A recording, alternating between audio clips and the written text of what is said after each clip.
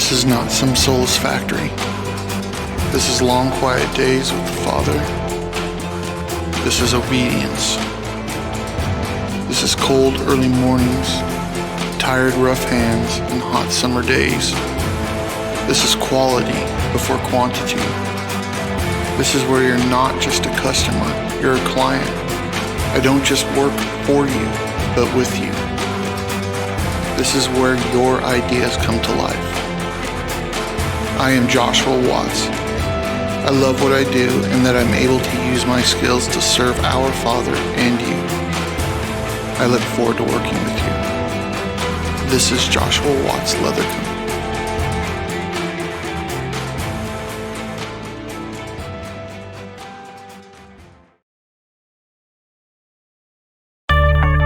We all need good tools. At Cascadia Cutlery, you'll find the most quality knives you'll ever need. There are few things more frustrating than a dull blade. Buy the best knife you can afford and then actually carry it at CascadiaCutlery.com.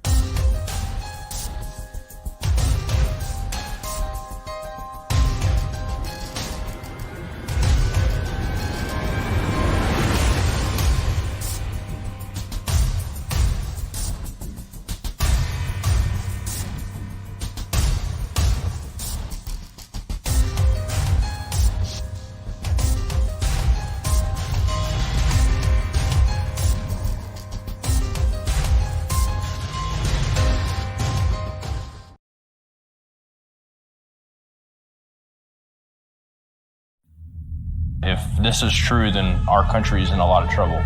We would have these trips, these special trips. But he said my daddy takes the bodies to the grocery store and he grinds them up and puts it in the hamburger. And nobody ever knows it.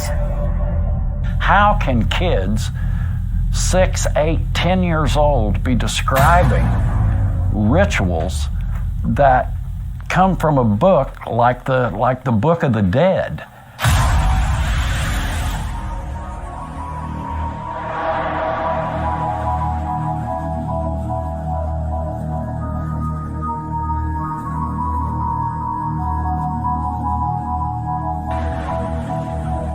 It's hard to get your mind around people being capable of this kind of evil.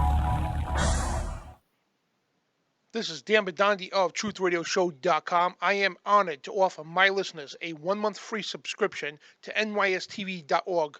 Subscribers will have access to thousands of NYST TV videos from spiritual warfare to biblical and occultic topics, banned from YouTube videos, and much more. Subscribe today on nystv.org and use the promo code DANTheMan and receive your first month free.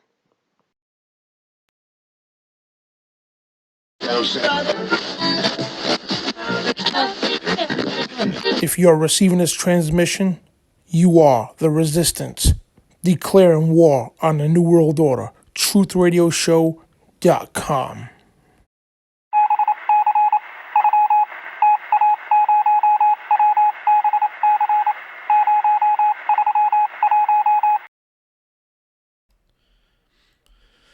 And welcome everybody to the Dan Bidondi Show right here on TruthRadioShow.com. Today is a Spiritual Warfare Friday, and we got an awesome show for you today, guys. Mormonism exposed. We're going to talk about SRA within Mormonism, expose some of the deep underground tunnels they got going on. And we got two people that are a couple, married couple, both of them are lifetime Mormons, and they're going to expose everything that they've been through, and especially Sara and Willy.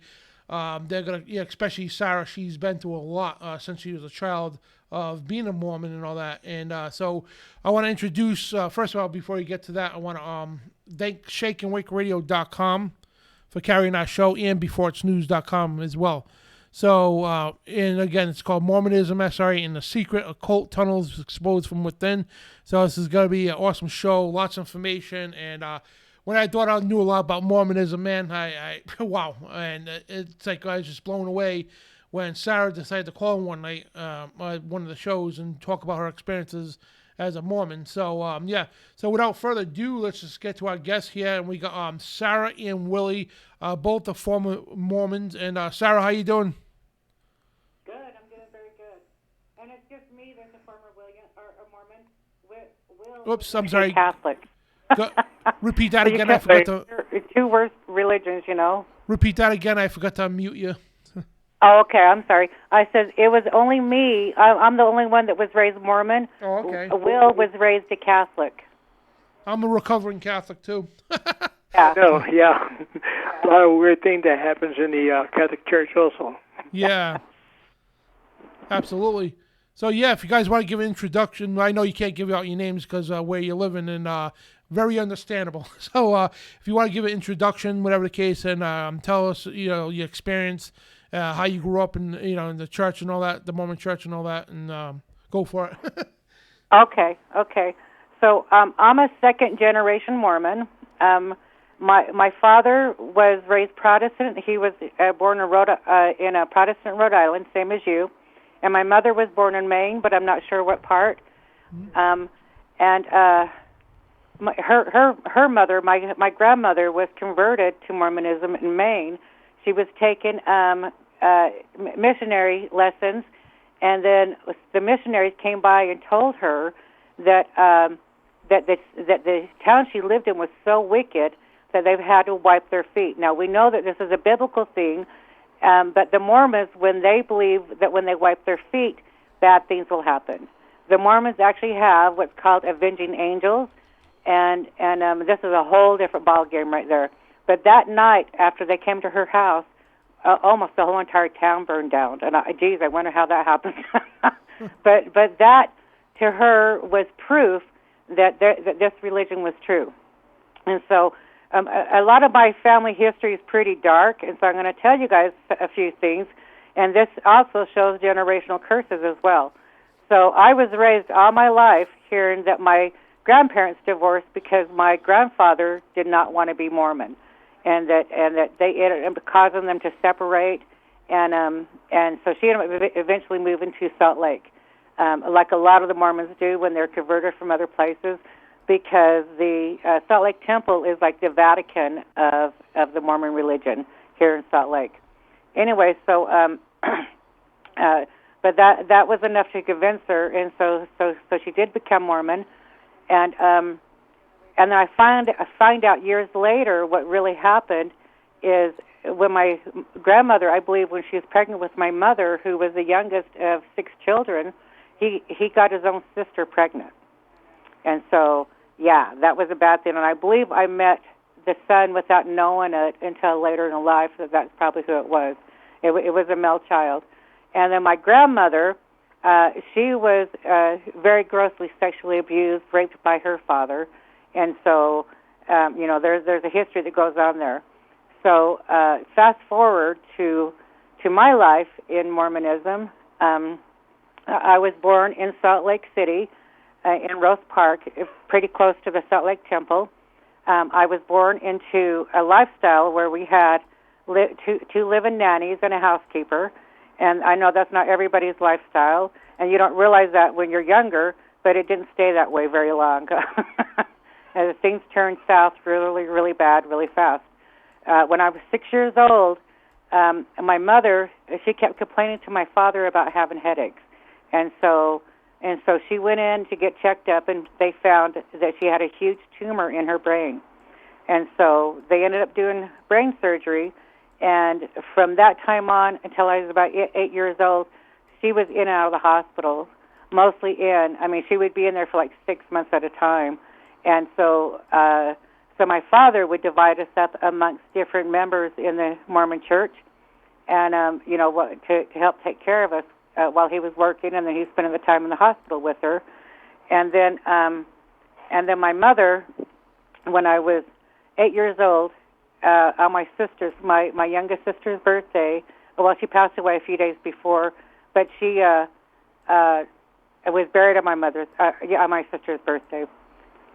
And back then, the prophet or the president of the Mormon Church, his name was Spencer W. Kimball, ended up, he was friends with my father because my father at the time was actually working church security. He was a police officer, but he was working church security as well, too.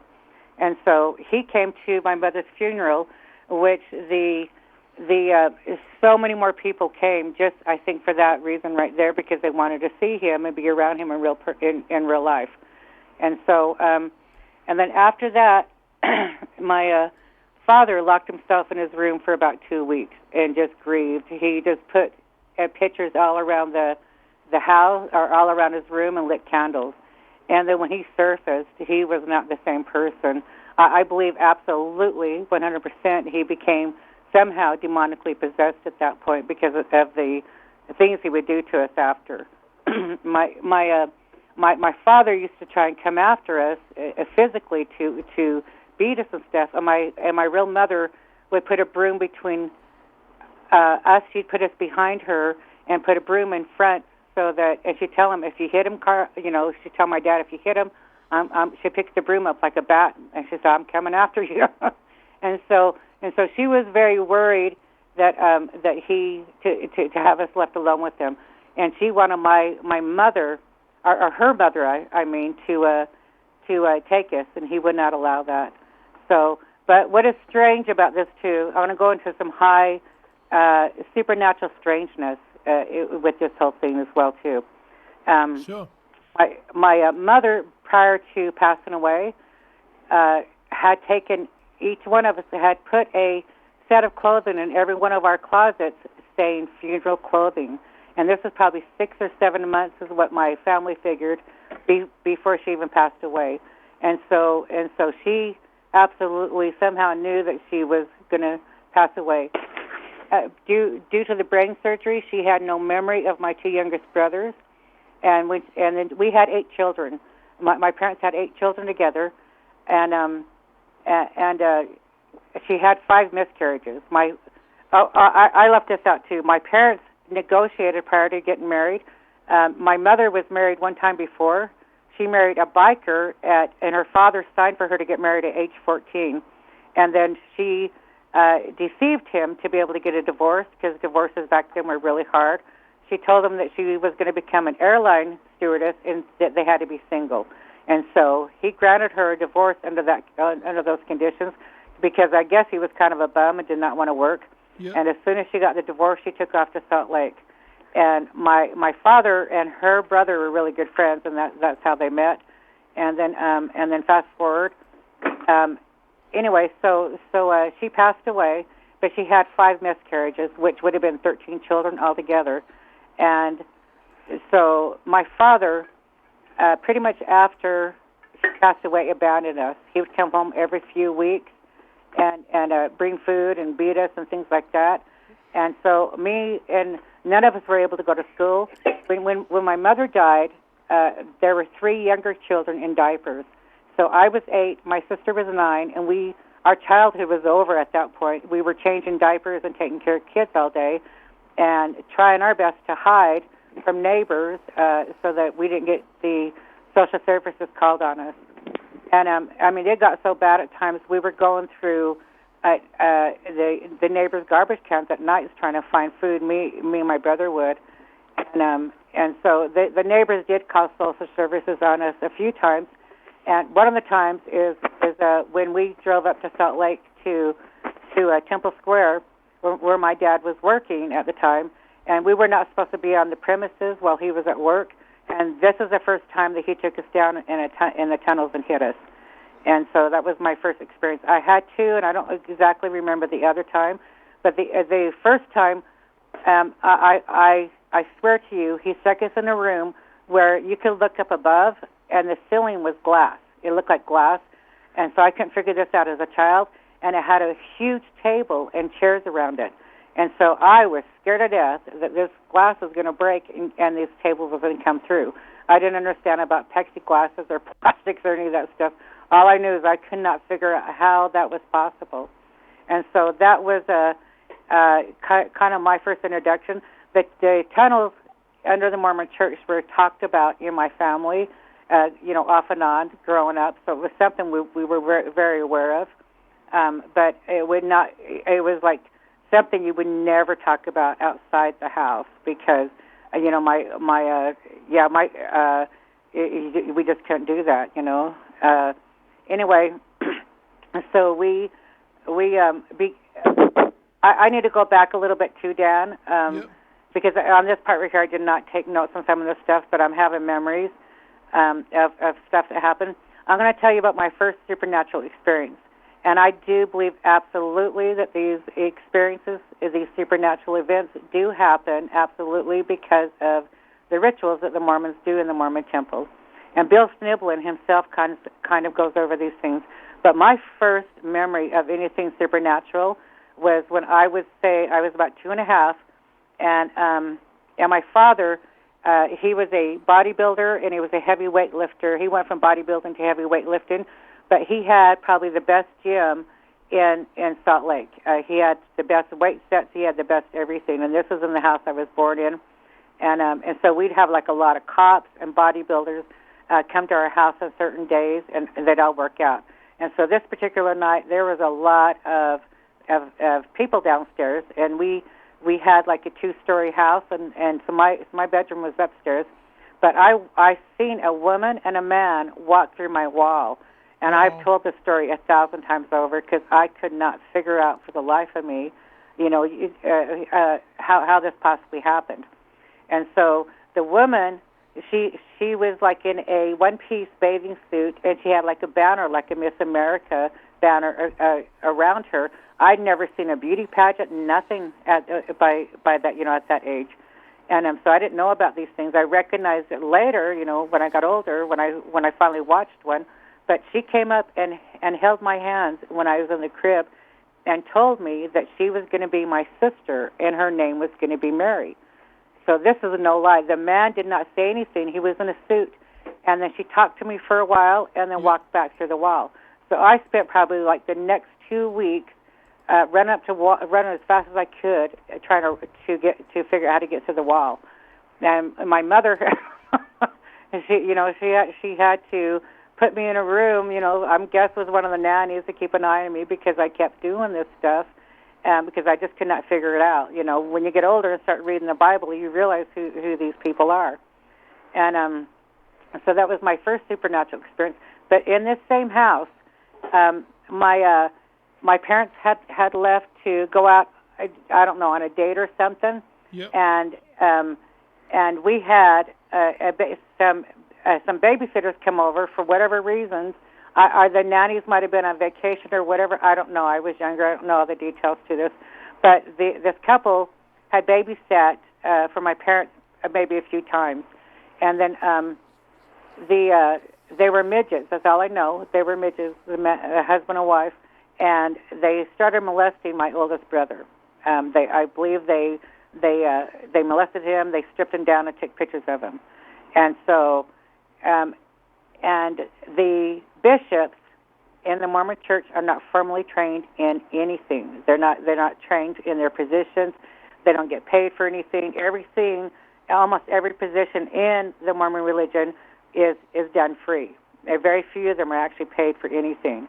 And so this is why there's like such a great wealth to the Mormon Church, because they don't pay you really for nothing. Anyway, but the way how the bishops handle these situations is that they tell the victim that they're supposed to pray over this and forgive their offenders. And so this is why, and this right here happened close to probably 50-something years ago. And they're worse today than they were back then. And so in return, because I could never figure out why my father did not do something about it. I thought it was because of pride and ego and stuff. Why these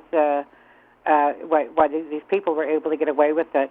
I didn't realize until I was older that this was actually a teaching that they actually teach. And so in return, because this was not resolved, I ended up early in my life. The same brother ended up offending me for quite a few years. And so once again, it was dealt the same way, and excuse me. Anyway, so going back to my mother's death, about a year after she died, my father met my stepmother, who was an absolute angel, and they were married. She had 5 kids, so we had a total of 13 kids growing up.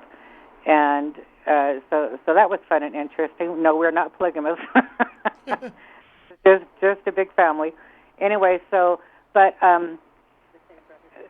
he had molested me just shortly after they all moved in, and that was my first suicidal attempt, is at that age. And my sister came in, and I tried to hang myself, and I broke the rod in our closet, and then I told her what was going on, and because I was scared to death, because he used to always tell me, if you say anything, I'm going to tell Dad it's your fault. You know, they do stuff like this, you know, to intimidate you and stuff, and so I was always afraid to say anything.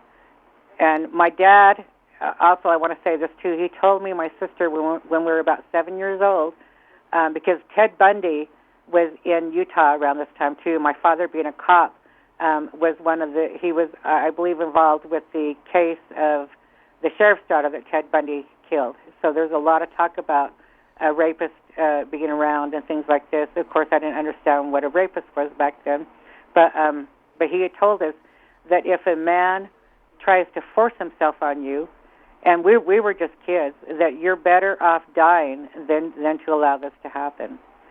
And so that's going to come in a little bit further down the road that my father said this. Anyway, so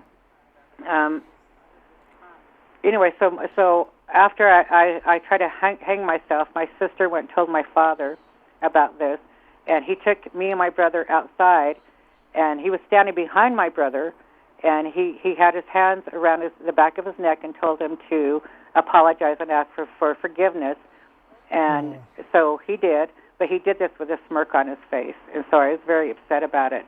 But he never touched me again. But he did end up going on after my younger sister, but it was only a few times. And my father did not want my stepmother knowing, because she just moved in and she had 4 daughters and then 1 son. So we had a total of 7 girls and 6 boys.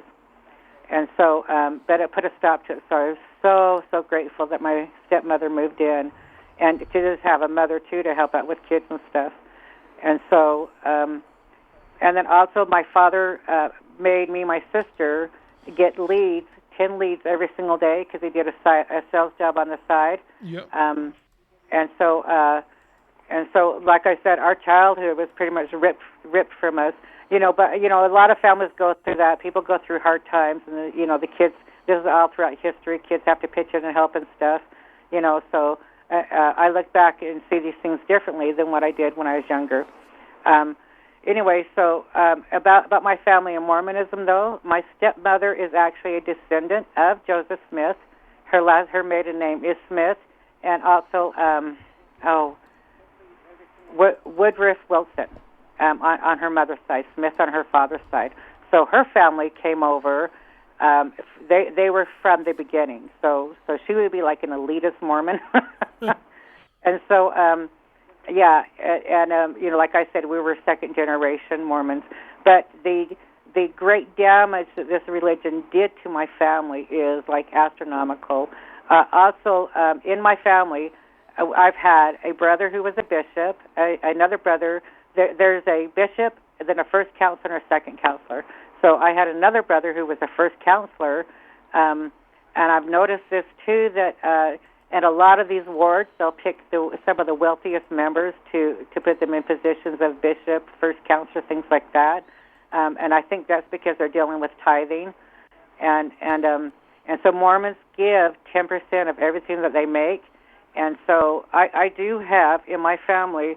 I do have several siblings who are millionaires, and so I was explaining this to you earlier that you know, right off the bat, you know, say they bring in a pension of like say $1 million a month or something like that, you know, they're looking at $100,000 is right off the bat given to the church, and so you know that's a it's crazy, and understanding the Bible now that has nothing to do with actual tithing, and so anyway, so my father stayed consistently abusive. So I want to explain something about my father too. He made front page of National Enquirer when he was a cop because the police department used him as muscle. He loved to fight. He loved violence. He was made front page on National Enquirer in his police uniform, and all he was doing, he was holding out his pinky finger. He had knocked 8 guys out cold in a bar. It was in a bar fight, and so he was called, and he knocked 8 of them out cold, and all he did was broke his pinky. Wow. And so this same man came after children on a daily basis. There were people who called the cops. Some of the neighbors did, and no, the cops would never show up. They just turned a blind eye to the things he did. Same with the Mormon religion. People told the bishops and things like that, no one did nothing to save us. There's a part in the Bible where they warn the men, do not turn your children bitter. Well, my father turned a lot of us very, very bitter. I was my mother's namesake, and I have a brother, Carl, who is my father's namesake. And I'll get into that in a minute because some of this stuff is just so heartbreaking what's happened to my family. Well, the Bible says in Ephesians chapter 6, verse 4, and you fathers, do not provoke your children to wrath, but bring them up in the training and the admonition of the Lord. That's true. Yeah. I actually had scriptures written down, but when I was doing my notes today, I think I erased most of them. I can't find what I did with them, so I appreciate that you looked that up. Oh, no anyway, problem. So in my family, I think with the Mormons, I'm going to say this right now. There's any Mormons listening, not dissing on the congregation whatsoever. Like a lot of people who come out of the Mormon religion, they'll say the same thing. The Mormons, most of the people are very wonderful, very beautiful people. There is a lot of good things about Mormons. I'm going to say a few right now. The first mall in history throughout the United States was actually here in Utah. It's called the ZCMI Mall, and this is founded by Mormons. The Mormons are experts at food storage and the survival supplies. So I was taught, I can, we do our own mother meals.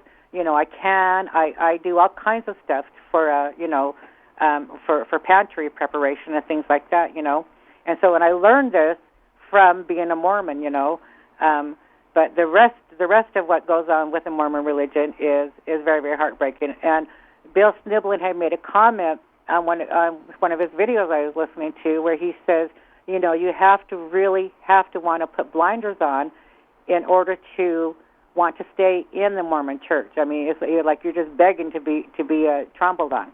See, and being raised as Mormon, let me put it this way: if you're raised in an occult religion, which I believe absolutely, I know absolutely, this is what is going on with the Mormons. You don't know any better. You just don't know any better, especially if you are a generational Mormon. On my mother's side, her whole entire family, and this goes into the thousands on my mother's side, are Mormon. My father tried to convert his family, and it stuck with a few of them, but most of them not. And so, anyway, but yeah, so there's a huge. I mean, my family just forever is so involved with the Mormon Church, and they're very, very devoted, and so Mormons also too. Like my sister, I will tell her, I'll recommend books and things like this. One of my sisters, my older sister, and she will not look at or do anything unless it's church approved. I remember when the movie, what was it called? E.T. Phone Home came out. The Mormon prophet at the time forbid the congregation anyway here in Utah. If he said it was for all of them, but he forbid everyone to watch E.T. come home or phone home. I've still to this day have never seen it. Oh, the movie E.T.? Yeah, so, but it was forbidden for whatever reason. And then the, what was that one? The third, there was another one that came out the same year.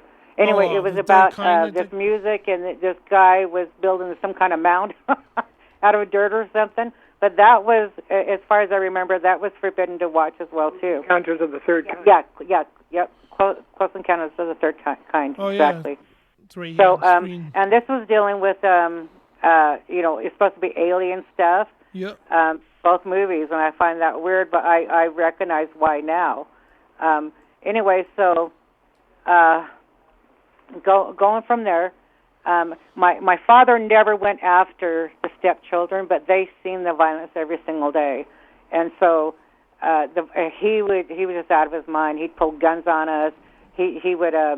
It was mostly on my brothers. He threw my brother when he was 16 years old out on the streets. My youngest brother, because the violence was so bad in our home, even what happened too is my father would pit us against each other. He'd make us put boxing gloves on, things like that, and fight. And so none of us, still to this day, as adults, my biological family, we don't have communication skills on how to communicate with one another without fights breaking out, still to this day. And it's so heartbreaking. But my youngest brother, the violence would break out, and he'd go up to the wall and start banging his head on the wall until he would knock himself unconscious. And so we'd catch him, but he still hits and kicks himself to this day. And there is a name for this, and I don't remember. I looked this up years ago in on another computer we used to own, and so I don't have the information anymore. Anyway, but this is a symptom of children of war who were in wars. And so this shows the horrific violence that went on in our home. It was just bad. My stepmother, when she moved in, her husband, her ex was pretty wealthy. They were pretty well off, and so she brought all this beautiful furniture and stuff with her, and redid the house the way how she wanted it. I would swear within 5 years, just about everything she brought to her house had been destroyed. Why she stuck around, I don't know.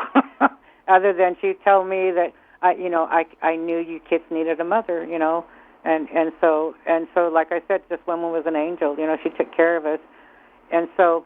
But like you were not allowed to be sick on Sabbaths because it did not look good. On Sundays. It did not look good for my father if someone was missing. And so if you said you were sick, you better have a bad fever or something, or, he was going to beat you for it, It just over little things. Everything he found, it was like he was looking for reasons to be angry. When my mother was alive, and my father when he pulled up in the driveway, we would all run outside. All the kids were, and sing to him, for he's a jolly good fellow. This is like every day, Dan, every day. Wow. When he worked. Shortly after she died, when we heard, because he, like I said, he abandoned us, and he would show up every so often. And when we heard that car pull up, we'd all hide. Because we knew if he found you, he was going to beat you. For we don't know what for, he'd find reasons. It was like he became angry. But one time in my hiding spot, I could see his face. I could see him, but he could not see me. And I swear it was not his face. This was not his face. I did not recognize him whatsoever. I remember thinking, who is he and what happened to my dad? And I was probably about 8 years old at that time too. Okay, so fast forward. Due to the abuse, it caused a lot of rebellion in my family. Yep. In my biological siblings, we ended up rebelling pretty bad. Most of us. I kept running away from home because I couldn't handle the beatings and the chaos that was going on all the time. My brother joined the military. He said it was easier. They were easier on him than living at home. I had a brother when he was 16 that ran away, and he was gone for about 6 months. He showed up on Christmas Day because he was missing the family and wanted to come back home. And my dad, on the front lawn in front of all the neighbors, choked him almost to death for running away in the first place. So he took off, and we didn't see him again for quite a while. And then, it just was nonstop. But the worst one was my brother, who was just 13 months younger than me. My father beat him so bad at times, right in front of his friends. And my sister, my youngest sister, she was dating a man. By the way, I need to mention this too. We are Scandinavian, and my father's mentality, more than anything, I would say, would be Viking. It was a Viking mentality. And so in our neighborhood and most of our associations, we're Scandinavian growing up. And this is a lot of reasons why I believe my father was able to get away with some of the stuff he was doing. And our bishop at the time was also, we're Swedish. My father's pure Swedish. And the bishop at the time was actually Swedish that had moved here from Finland. And my sister actually married one of his sons. And so, and I think because they have an understanding of this mentality, and this stuff still goes on today as much as it did back then, this mentality. And so that was kind of why people turned a blind eye in my neighborhood and in the church as well, too. There are a lot of Scandinavians in the Mormon religion. Now, I believe part of that is because, the Scandinavians believed in, I call them God collectors, these are people who collect different gods that can do different things. In Scandinavia, all of Scandinavia has accepted Christ except for the Swedes. The Swedes, they'll say this on the internet today, that if you're Christian, stay the heck out of our country. They don't want nothing to do with it. They'd rather stay with the old ways, which is really sad. And they're the ones that you hear on the internet almost every single day. The Swedes did this, the Swedes did that. The Swedes got their chips, And so, and because this is tribe of Dan, I believe too. It was Scandinavians as well as other people are tribe of Dan, and so the Mormon prophet right now is a Swedish. That's running the church right now. Yeah. And so, because SON is Swedish. The SEN is like Danish and Norwegian and stuff. But the Swedes, I believe, are the only ones that have the SON behind their name. That's not the only. I mean, there's a lot of different Swedish names. My maiden name it does not have an SON. But anyway, okay. So going back to this, so my younger brother, my sister's, husband that she married in the future, his mother was like a professional student. She came from a lot of money, and she was also her husband's father was Swedish, and his mother was Jewish, and she was a Kabbalist. Wow. And so, but she was also a psychiatrist, and she pulled up one day to pick up my sister and her other daughter, and she seen my dad beating my brother out in the lawn in front of his friends. Yep. And she said to my sister, she said, "Your brother will never amount to anything because of what your father does to him, and he will spend the rest of his life trying to prove to your father that he's worth something." And I didn't think nothing of it at the time, but I realized this was in fact absolutely true. My brother, okay, I'm not quite sure where to start from here. Okay, let me go back a little bit. I have to go back a little bit on this right here. So my father, I mean, he ruled our house very, very tightly. He picked who my sister married. He married her off to a man she's married to now, and he was Mormon. He absolutely miserable. And then I was starting to see a guy that was a cousin of a friend I went to school with, and he pushed and pushed and pushed. And, that you two would be really good together, blah blah. And so we talked on the phone a few times, and I was 16 years old when I met him, and I wasn't really looking for a boyfriend or nothing. I wasn't really too keen on having boys in my life because I just had too much damage in my life from guys by that point. And so, I agreed to meet him. He came over, and he was like 6'6".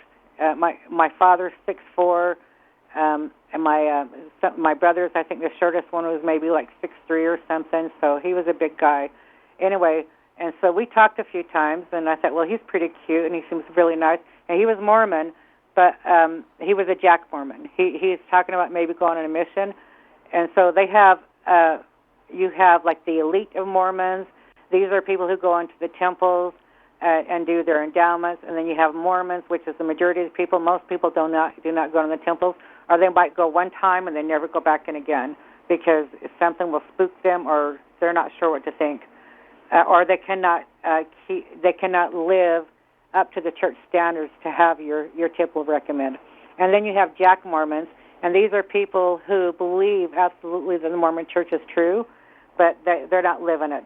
But a Jack Mormon, say you could go into a bar, and if someone says something really bad about the Mormon religion, and they overheard this, there's a good chance they're going to want to take you outside, even though they're in a bar. You understand what I'm saying? And so my husband was like the Jack Mormon type. So he came over one day, and my dad happened to see him. He just popped in one day, and my dad grabs me, tells me to go back in the bedroom with them, and he says, "This is the man you're going to marry." He says, "I have the strongest feeling that I've received revelation. You're going to marry this man." And I was like, it was like maybe the fifth time I met him. Anyway, and then he just told me, "Do not do it the wrong way." And so, because my dad asked him a few questions, and when he found out that he was Mormon, all he could think about was these great big grandbabies he could train. That's all he could think about. And so, because I knew how my dad was. Anyway, so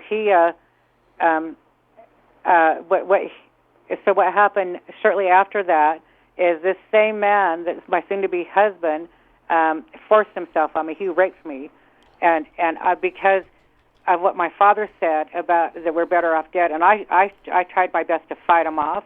His mom and his siblings were gone. His mom was a single parent, and there was nothing I could do. But I felt so much shame.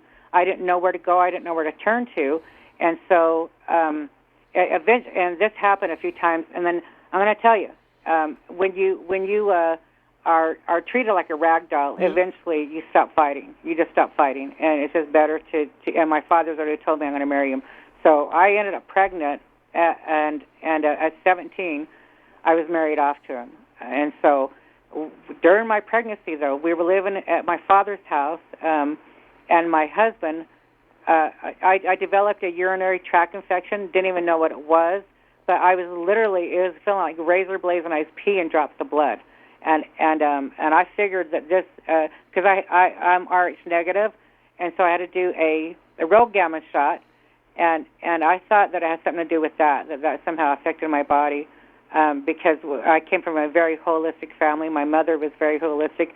I think the most we ever had in our house was like aspirins, and then she'd even make like her own throat lozenges and sprays and things like that. We didn't bring medicine in from outside the house. And anyway, so I thought it was something to do with that shot which I had months earlier. I had no idea I could do those. But this man literally kicked it because he wanted to be intimate with me, and I kept trying to tell him over and over, no, it's really painful down there. And he kicked me with his legs while I was 5 months pregnant, where I flew across the room and went into a dresser. And this right here was like the beginning of that. But by then, I'm going to tell you, I thought that this is just how men were, because my brothers were very violent too, and I didn't know who to go tell that he had done this. And so, but I did go talk to my mom about the urinary tract infection, and she took me to the doctors, and that's what they told me what I had. But that started off a whole slew of crap with this man. Later on, after I had my son, we went to the Great Salt Lake, which is just a stinky pile of water. It just smells horrible. There's only closest thing that you have in Utah to a beach in that area in Salt Lake. So we went down there. Him and his friend talked to me into going down there with them. I'm blonde, blue-eyed, and our son has red hair, and we're both very pale-skinned. And the only thing I had from my son was like in his stroller was like that little covering over the top, the little awning. And anyway, they pull out a watermelon and poke holes in it and fill it up with vodka or something, some kind of alcohol. And then right there in front of me, he starts chasing other girls in bathing suits and stuff. And so, long story short, and I was getting like blisters on my skin. There was no shade. There was nowhere to go that had shade. And so they had a live band playing. And so I walked over to the bleachers and was trying to hide under there with my son. One of the band members has seen this situation and been watching it and offered to take me home after. He says, if your husband won't take you home, he says, we have another gig, and then after that I'll drive you home. And I was so desperate by then. I was thirsty. I didn't have nothing. And I begged my husband several times to just please drive me home. My son was screaming and stuff, and he just did not care. They're doing this whole series about the Timothy Project right now on now you see TV and narcissism. And back then, you didn't know what those words meant, but this is totally how he was. He's very much like that. Anyway, and so I went and told him. I went and told him, trying to jar him out of it. I said, this man's offering to take me and Jared home. If you don't want to do it. And I said, I don't want to be alone with him. I don't know this person. Will you please take us home? He said, no, it's okay. You can let him take you home. Okay. So my husband's family used to look at me. I'm Sandra D to me all the time because they thought I was such a goody-goody. I grew up, we didn't do drugs or drink or nothing, anyway, and so I didn't participate.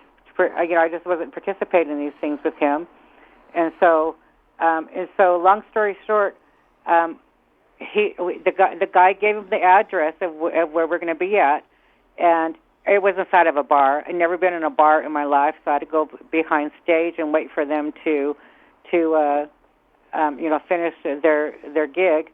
And we left, I would say, probably about 10:30 in the morning to go to the beach. And by now it's about 11 o'clock. No food all day. At night, yeah, I'm sorry. And my son, his milk ran out a long time ago. His bottle did. And so I was in a really bad way. My husband shows up, and I was so happy to see him walk through those doors. I was so relieved. And so we were leaving, and we got out to the parking lot. He attacked me, threw me down on the pavement, and bashed my head in repeatedly until I was knocked out unconscious. I was out for like 3 days. And when I came to, he told me that if I ever say anything, I'll never see my son again. Mm-hmm. And he had my son over at his mother's house. And let me explain his family. So the day of our wedding, we go over to his mother's house, and she had a bowl of a pot that as a wedding party gift. Were they Mormons too? What? Were they Mormons too? Yeah. They were Mormons, but they were more of like the Jack Mormon type. Oh, when you get a chance too, because everybody in the chat room too, they want to know, about the information you got about the tunnels too, because I know you said that happened when you were younger. But I'm going to tell you though too, I think it's really important that people have some history of the Mormons so they can understand how these things are happening. Yeah. Because we're going to get into some really, really dark stuff with the Mormons that I don't think Mormons have a clue about. And but it is everywhere. These signs are right under their noses. It is everywhere. So anyway, back to this right here. So he bashed my head in, and she. He told you that if you say anything, you're going to be. Yeah. Anyway, so about 2 years after this incident, we ended up divorcing because he just was more and more violent all the time, and it got to the point I was afraid he was going to kill me, and so I was married at 17, divorced at 19. Feeling pretty sad and hopeless at this time. Well, actually, no, I divorced him because he was having an affair on me. I found out about it about 3 to 5 months after it started, and so, but a few years later, this ended up causing me to have a really bad stroke, and I had to have brain surgery, which left me in a really bad way today, and so, due to this brain surgery, I was left with amnesia, and so. Believe it or not, I actually forgot majority of the Mormon stuff until I started researching some of it again a few years ago. But even though I forgot most of it, I stayed with the Mormon Church. I would say altogether up until probably about 30-something. I kind of stopped going to church around 26 because my youngest son is Middle Eastern, and the Mormons, they have a thing. As a matter of fact, it's right here. I'm looking at it right now. It says... what is it? Okay, so the early church taught this, and the Mormons try their best to hide it now. But I was actually taught this when I was a child in the 60s and 70s. It says they believe that these sins cannot be forgiven under any circumstances, but only through blood atonement, and that would be murder, adultery, homosexuality, apostasy, apostasy and marrying a black person. So the Mormons believe that the darker your skin color is, the more cursed you are by God. And so, and to have, even though my son's not black, he is dark enough. My husband now is Puerto Rican, so he actually has black blood in him. And so this is a huge sin for the Mormons. And so to even marry one, even though he's dark, I'm considered in the same boat, you know, for a Mormon person to be doing these things. So they have huge prejudice in the Mormon church. Even though in the 1970s, the Mormon doctrine habitually contradicts itself too, you know. So there's a prophecy test in, I believe it's in Deuteronomy 6, I believe, where there's a prophecy test you can take to read and see if it's a false prophet or is it a true living prophet. And so God says, you know, if they're off on one thing, just one thing, they're not a prophet of mine. And so, and I mean, from the beginning to the end, there is just so much crap with the Mormons. But back to what I was saying. So even after my brain surgery, I was going over to my parents' house. They were helping to take care of me, and the violence was going on so bad with my brothers. I could see they were absolutely broken.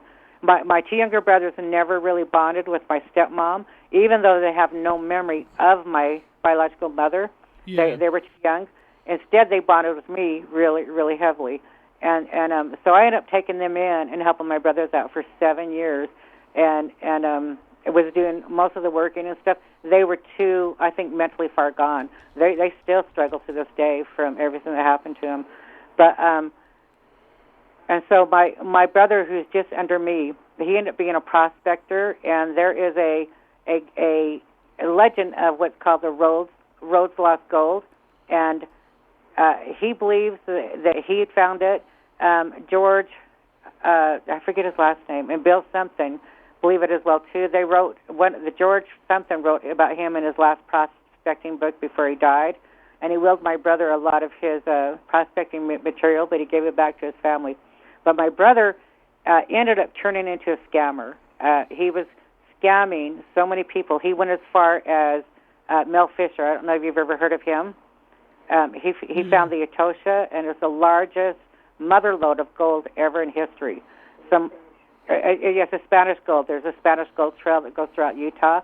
Anyway, so they became partners, and they had, I believe, it was a $5 million contract. And then Mel found out that even though my brother was not going to church, none of them were. You know, they were, they just were in a bad way.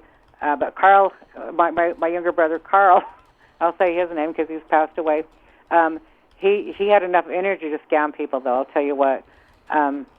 He did this contract with Mel Fisher, and Mel was wiring him down money. They were flying down because he lived in Florida. Him and his daughter and his son-in-law were coming down here and bringing in huge wads of money. But then Carl said that he wanted to give, before anyone got any cut, he wanted to give the Mormons 10%. And so this goes back to him, well, not only due to his faith, but he wanted to show my father, that he was worth something, because my father was probably the hardest on him than any of the boys because he was his namesake.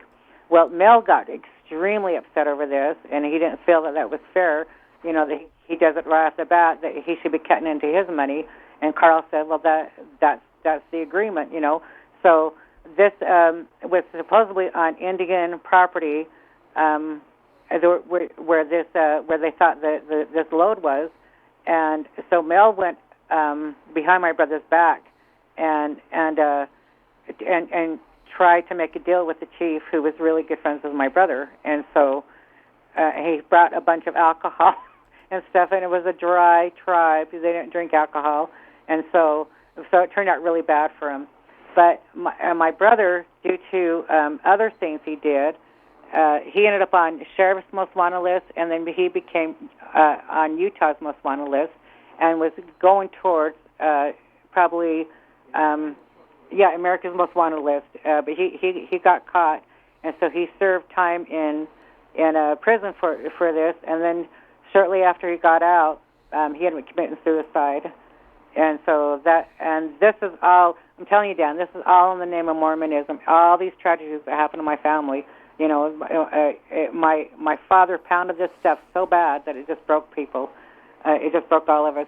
So I would say, like, my two youngest brothers, the Mormons, like that case you just seen with the Lori Daybell or whatever case. This stuff is not as uncommon as you would think. Mormons go out there in tangents. A lot of them, if they walk away from the church, this is in my family, and I see this a lot. They either become atheists or they become New Agers, which is more common than the atheists. But I have a lot of atheists in my family now that have walked away from the Mormon religion on my mom's side, but more New Agers, because that's another form too of it's the same thing. They're both Satanists in their beliefs. Anyway, so yeah. Anyway, so a little bit about the temple. Yep. We can go into that if you want to. If you want to, you can pull up those slides with like the pentagrams and stuff. Yep. Okay, and I need to get my notepad up real fast. You have the symbolism all over the building.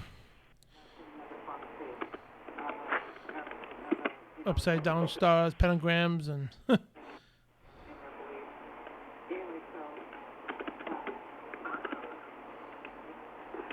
Okay, so as you're finding that, I just want to say that most people are not aware that there are more than 150, probably more than that today, splinter groups that are off, that come off the Mormon Church. And then while living in Nauvoo, Joseph Smith became a Freemason. A few weeks later, about 6 weeks later, he started introducing these. This is after he became a Master Mason. He started introducing these handshakes to his apostles, and then eventually introduced them into the temple ceremonies. And so you can still go online and find these handshakes, and I think we put a few of them there in the pictures for Dan to show, but they are identical to Freemasonry. There's I think two of them. One's called the Knell, and I forget what the other one's called. But when I was growing up, Mormons do family home evening on Mondays, and so we were taught these handshakes so that we could identify an evil spirit from a good spirit. If it was a good spirit, it would do the right handshake, and so if it's an evil spirit, then it would not know these handshakes. And so I don't know if they still teach this stuff today or not. I don't know. But and I can't talk to my family about a lot of this stuff because I walked away from the church, and I don't think they'd answer a lot of this. But I have one brother that is talking. I got that the picture of the temple with the pentagrams on it. Yeah. So they have. Joseph Smith was also a Kabbalist as well too, and I found a very interesting article that shows that his father he joined a group called the Wood Scrapers, and this group is really interesting. They claim to be Israelites, and they kept the dietary laws, and they claim to have kept the laws of Moses, but I believe that they were actually Kabbalists. I found this on Wikipedia, and let me see if I can find this over here. Anyway, and so they were founded in, let me see, they were founded in the 1790s, and they were let me see what they called them. Anyway, but I do believe that this is where Joseph Smith got a lot of information from the Book of Mormon from, and I've never heard this stuff before. That his father was involved with this group right here. He lived about 50 miles away from where the group was, and so, but he's kind of a scoundrel. The Smith family was involved with the cult right off the bat. I have something about his mother, what she'd said, that how they do. This was in her autobiography. She was talking about that they do magic circles and things. Joseph Smith was a squire, meaning he looked into crystal balls. He ended up being kind of a scammer like his father was. They would claim that they could find treasures through squire, looking through crystal balls. and so they rip people off of money with that. And so I'm going to tell you, the Bible talks about if the foundation's not good, then then nothing's good. And so nothing is good with anything he did.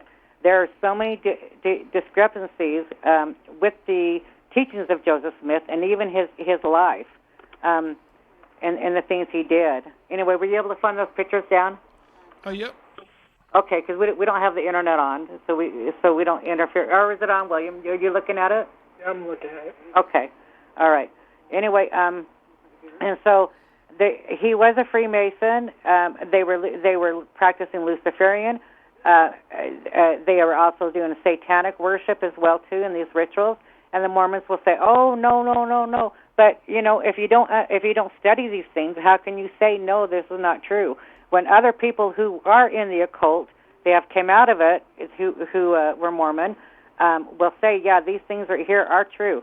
So let me tell you this right here. I read, I don't know, probably 10 years ago, an article on Satanism, and the article claimed that if there are, that they have their people are located everywhere, every position, every job, everywhere. If there's two people in a town, one of them is going to be a Satanist or a witch. It's pretty much the same thing.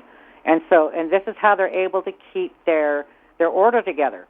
And so, and Satanists and Luciferians and all these people who worship the dark side, they are so crafty. They are so crafty that they can convince people that they are following, like a true God when they're actually con them into worshiping Lucifer. This is literally what is going on here. I can't speak for other churches because we tried church hopping a few years ago when we were first waking up to Torah. I was looking for those Christians that were doing keeping the feast days and stuff. Yeah. I think a lot of people were trying to do that at first, and then you find out the hard way that none of them do that. Let alone most of them don't even preach out of the Bible. They're just as much scammers as the Mormons are. They're not doing the evil that the Mormons are doing. And I'm talking about the officials, but there are enough people in this religion.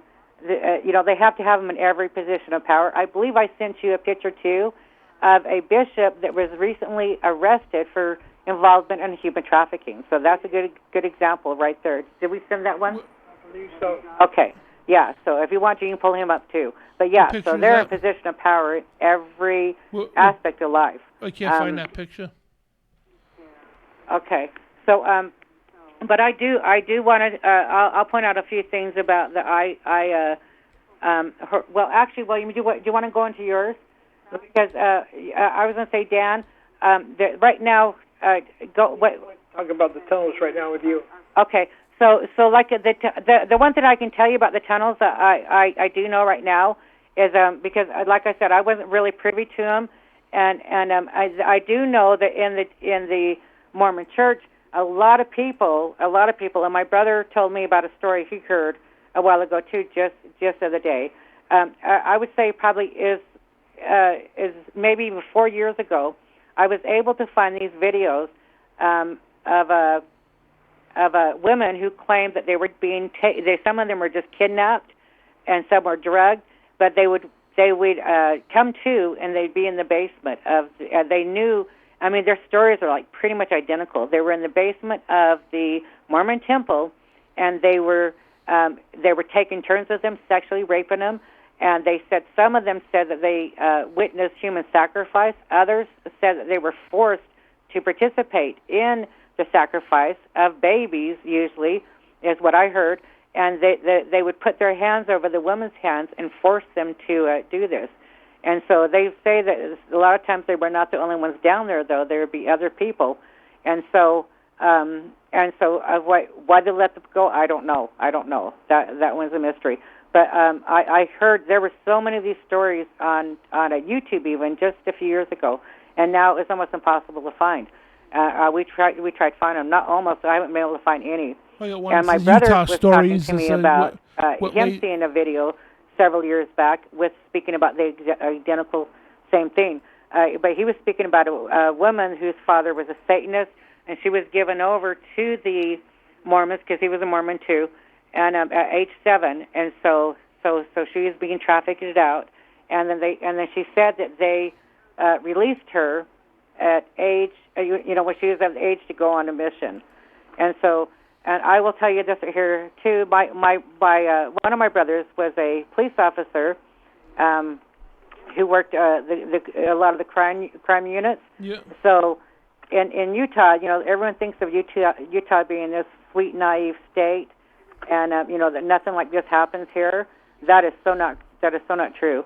He did an investigation years ago. This was probably back in the 70s or 80s, something like that, where he got called into a crime scene out in the woods, where they'd found a baby that had been skinned alive, during a satanic ritual.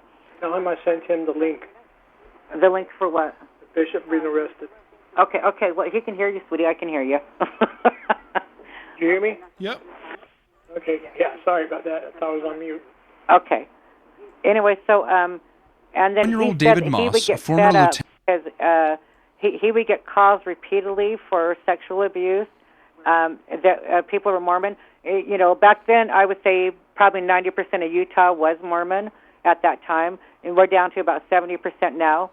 And so he get these calls, and he gets so fed up because the Mormons they would never do nothing, and people felt, I think, it's such a scam. They felt shameful or bad if they went against what their bishop had told them. But the things had gotten so bad that they actually had to pass a law in Utah that if a bishop got a complaint about sexual abuse, especially of children, that they were to call these things in and report them. And still today, this does not happen. Just a few years ago, I'd say about 20 years ago, to one of my ex-husbands,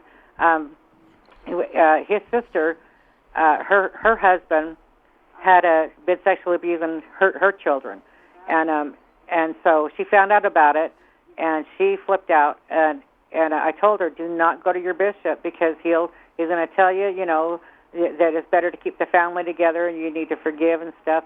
And she didn't believe me. It's the first thing I told her, and so she flipped out, and she went and pressed charges, and her husband ended up committing suicide right there at the next house. But they found 5 bullets in his gun, enough to shoot every person in his family and himself. So I guess he decided it's better to just take himself out, because it was just a very small town where I was living at the time. Anyway, so some of the interesting facts about Mormons too, as well, is that Utah used to. It's not now on. It's not on the statistics now, but for a long time, we had the highest teenage pregnancy rate. We had the highest. There's still the spousal abuse is one of the highest. Is up there in the country, but it used to be the highest at one time. And this is coming from a state where it's supposed to be good men that are supposed to be keeping, the commandments of the Mormon Church, and that's not, that stuff's forbidden.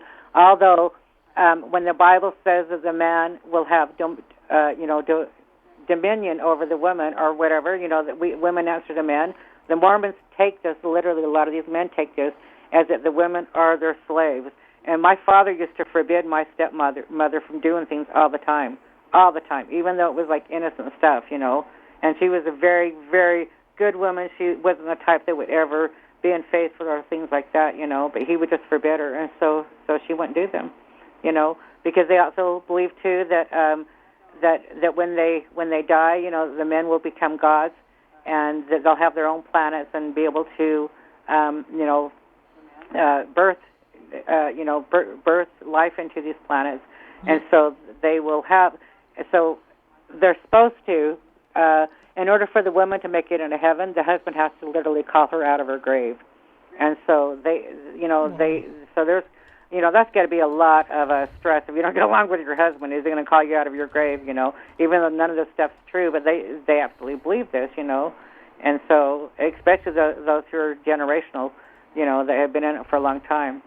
And so, all of them are corrupt. The polygamists, we have several different types of polygamists here in Utah. The most common one that people think of are the ones that dress like the pioneers from when Joseph Smith was alive. Those are called FLDS, fundamental Latter-day Saints, and then you have like the Latter-day Saints. yeah. Then you have like the I can't think of their names right now. Anyway, but there's some that dress just like like everyday people, and but they're, same thing. They're all controlled. These girls are married off to whoever the father chooses to, or the hierarchy in the group, and then they're used as, a lot of them are used as sex slaves. There's flat out satanic organizations in each group. I mean, where they know that they're worshiping Satan. Same as the what are those people that do that food? The Amish. The Amish. A lot of the Amish have turned to pain pills and heroin and have gone into full-fledged Satanism now. And so, it's the same thing. It's corrupted from the foundation up. And so, anyway, but yeah, so we have a lot of sexual perversion, because Masonry is a sex cult, and so this is what comes out of the foundation.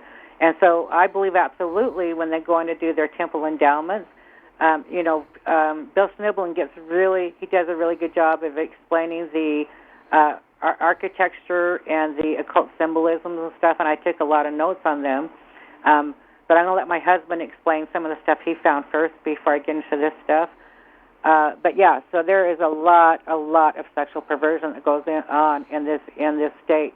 One of the ones that I recently have found, where there was a case of a young boy named Michael Jensen, and he was reported on by several members in the church to their bishops, and he was recommended as a babysitter, and he molested,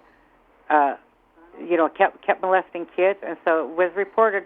And so the bishops now, there's a 24-hour hotline available, over this abuse, these types of abuse, but it's only available to bishops. And so it goes straight to a lawyer. And so, and I don't think most people are aware of this too. These 12 apostles that's underneath the president, or it used to be this way years back, all of them are retired lawyers. And so this is the legal team for the Mormons. So these calls go right into a lawyer, which I'm sure is one of the 12 apostles, and they say the same thing every single time. They tell their members to pray about it and just forgive them.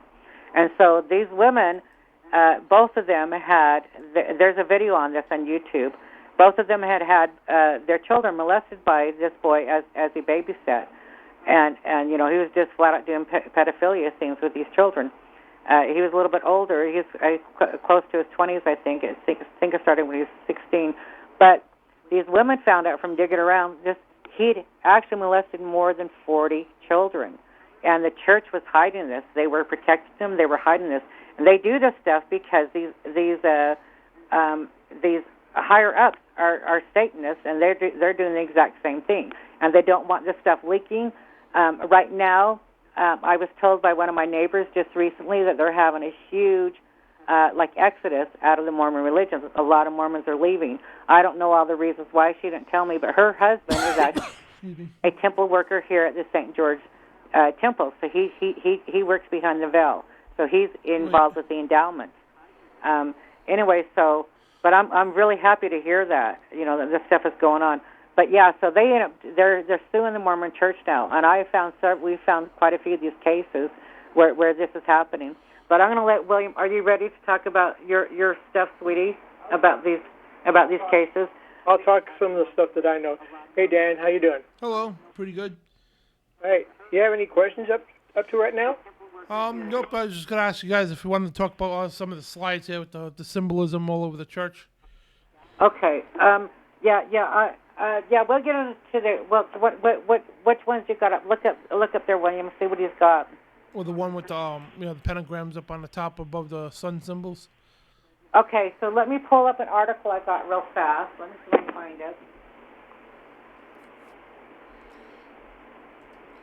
And just to explain to people what the symbolism is, because symbolism in the occult world is It's the language. You know, it reveals to those who can see, and it conceals to those who can't. So the general public, you can't see what it is, and to that, you know, general public is just a cool design, or and if they tell you it's a symbol, they'll give you non-real meaning of the symbol.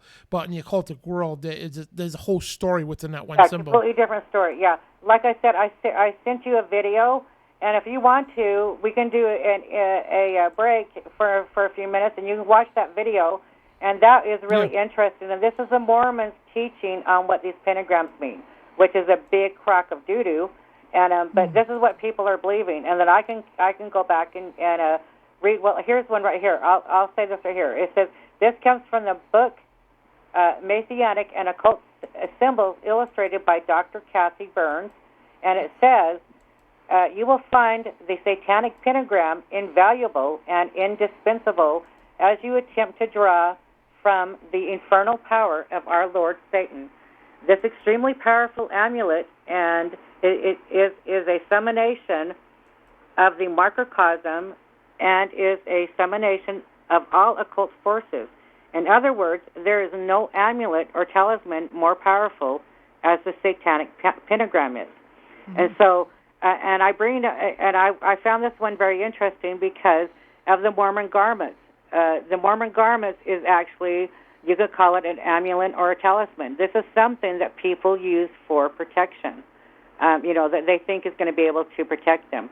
And so they're saying that there is nothing more powerful than this pentagram.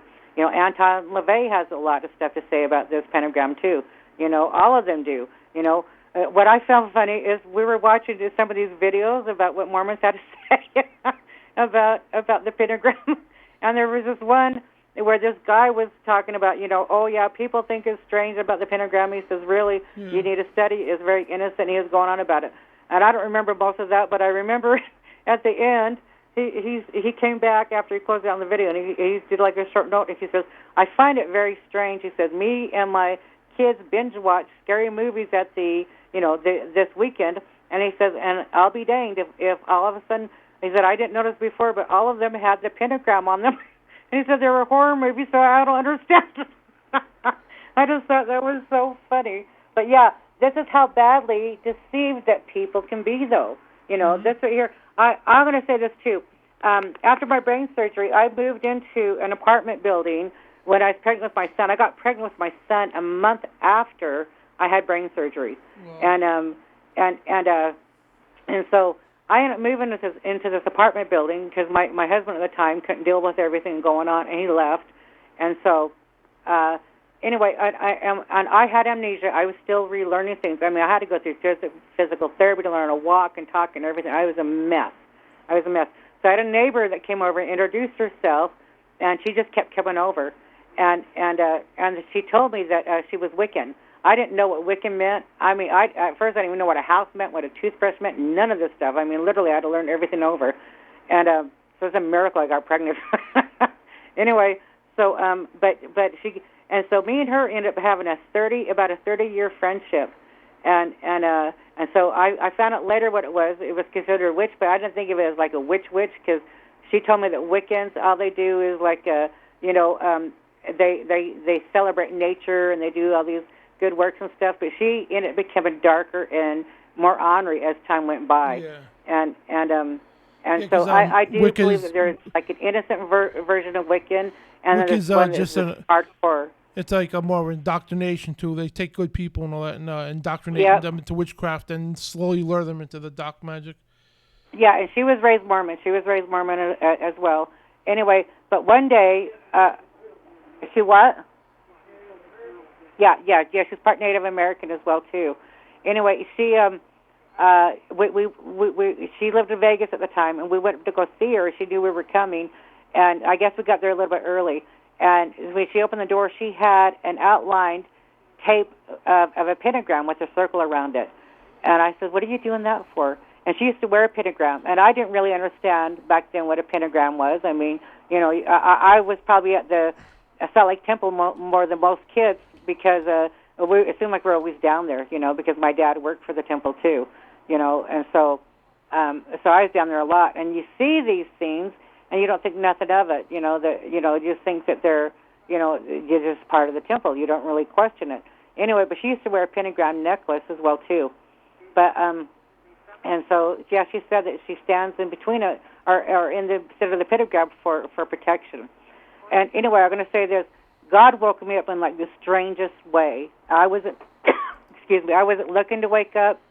I was a blissfully stupid New Ager thinking I was enlightened and, in a whole different path. And when I woke up, anyway, within days, I broke off our friendship. I told her, I'm having something happen to me. I can't explain it. I says, but listen, if you cannot make peace with God and come to Him, I can't have nothing to do with you. And it hurt her really bad. But I'm going to tell you, my family, because of the abuse, and in a lot of ways, I probably had it worse than anybody because I not only had the physical abuse, but I got the mental and sexual abuse really, really bad. And so, and then you put your mother dying on top of that at a certain age, between certain ages.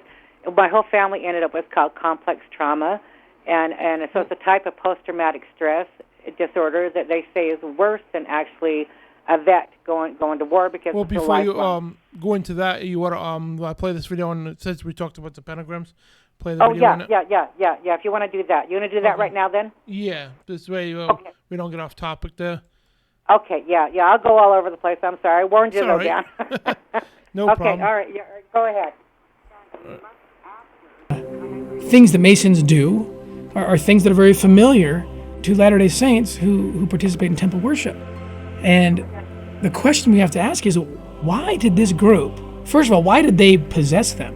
And that's a mystery. There's a lot of theory behind it. A lot of people believe that these symbols and signs of Masonry were preserved through the days of the ancient Israelites and Solomon's temple, and that Jesus Christ himself taught these principles in mortality, and that they were things that were given to the apostles. And that somehow this group of what we call the Masons, perhaps through a Templar connection, perhaps through another way, through the apostasy, they preserved these signs and symbols. When we speak of Masonry, often the Masonry of today is confused with the Masonry of the late 18th and early 19th centuries. On the one hand, we have a contemporary fraternal organization, and on the other, we have ancient symbols and rites that were handed down through time to the Founding Fathers. Further investigation reveals another occult symbol traced directly into the streets of Washington, D.C., a pentagram. And its southernmost tip points directly to the White House. Latter-day Saints are accused of being Satan worshipers because some of our early buildings, the Logan Temple, the Salt Lake Temple, the Nauvoo Temple, all three of them have inverted 5-part stars on them. There are 40 on the Salt Lake Temple. Every window on the Nauvoo Temple is an inverted pentagram in a circle surrounded by 3 stones at each of the 4 cardinal directions, 12 stones. Here we have an inverted pentagram surrounding the Nauvoo Temple, the temple designed by Joseph Smith, the prophet of the Restoration. Why would he put a pentagram on one of the most important early temples? The pentagram is perhaps the oldest graphic symbol on the planet, discovered in ancient Babylon. For centuries, for millennia, it was tied to light, to creation, to healing. Some of the old healing professions and doctors used the pentagram as a symbol of healing. Because it has those connections of light, divine geometry, healing and perfection, of course it would be tied to Jesus Christ, and it is. He cast out evil and darkness. He cast out evil spirits.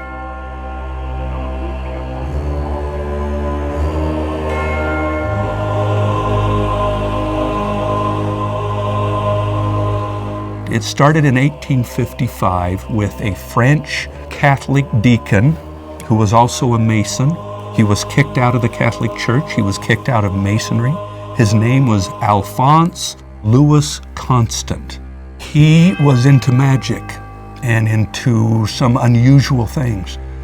He took the upright five-pointed star, a symbol of light, and he inverted it and put it on his first book of magic, making it a symbol of the occult and darkness. Alphonse Constant changed his name to be Hebrew, and he became known as Eliphaz Levi. This researcher of what he called the ancient doctrines used the pentagram in conjunction with the tetragrammaton to create a symbol blaspheming the sacred name of God. The tetragrammaton is Greek. It means 4 letters. The tetragrammaton has reference to the 4 letters in Hebrew which create the Lord's name. The Lord's name is pronounced by most biblical scholars and Hebrew linguists as Yahweh. According to Jewish practice, the name of God is treated with such reverence that verbally pronouncing the name is avoided. Writing the name unnecessarily is also avoided, even resulting in abbreviations for the name. The god of the occult is most commonly represented in satanic illustrations by the tetragrammaton. Occultists consider the Hebrew names of God like Adonai and Elohim to hold power, and none of these is more powerful to them than the tetragrammaton. Clearly, the use of the tetragrammaton and other names of God by Satanists does not make the names of God evil any more than their adoption of the pentagram makes the pentagram evil. In my era, when there was DVDs and videos that we'd rent, I'd go to the movie store and we'd see scary movies often had an inverted pentagram on it. And so I did a little survey and I found about 10% of all the scary movies, especially those dealing with the occult, had an inverted pentagram in a circle on it. That's exactly the symbol that was on the Nauvoo Temple. No wonder people associated Latter-day Saints with the occult.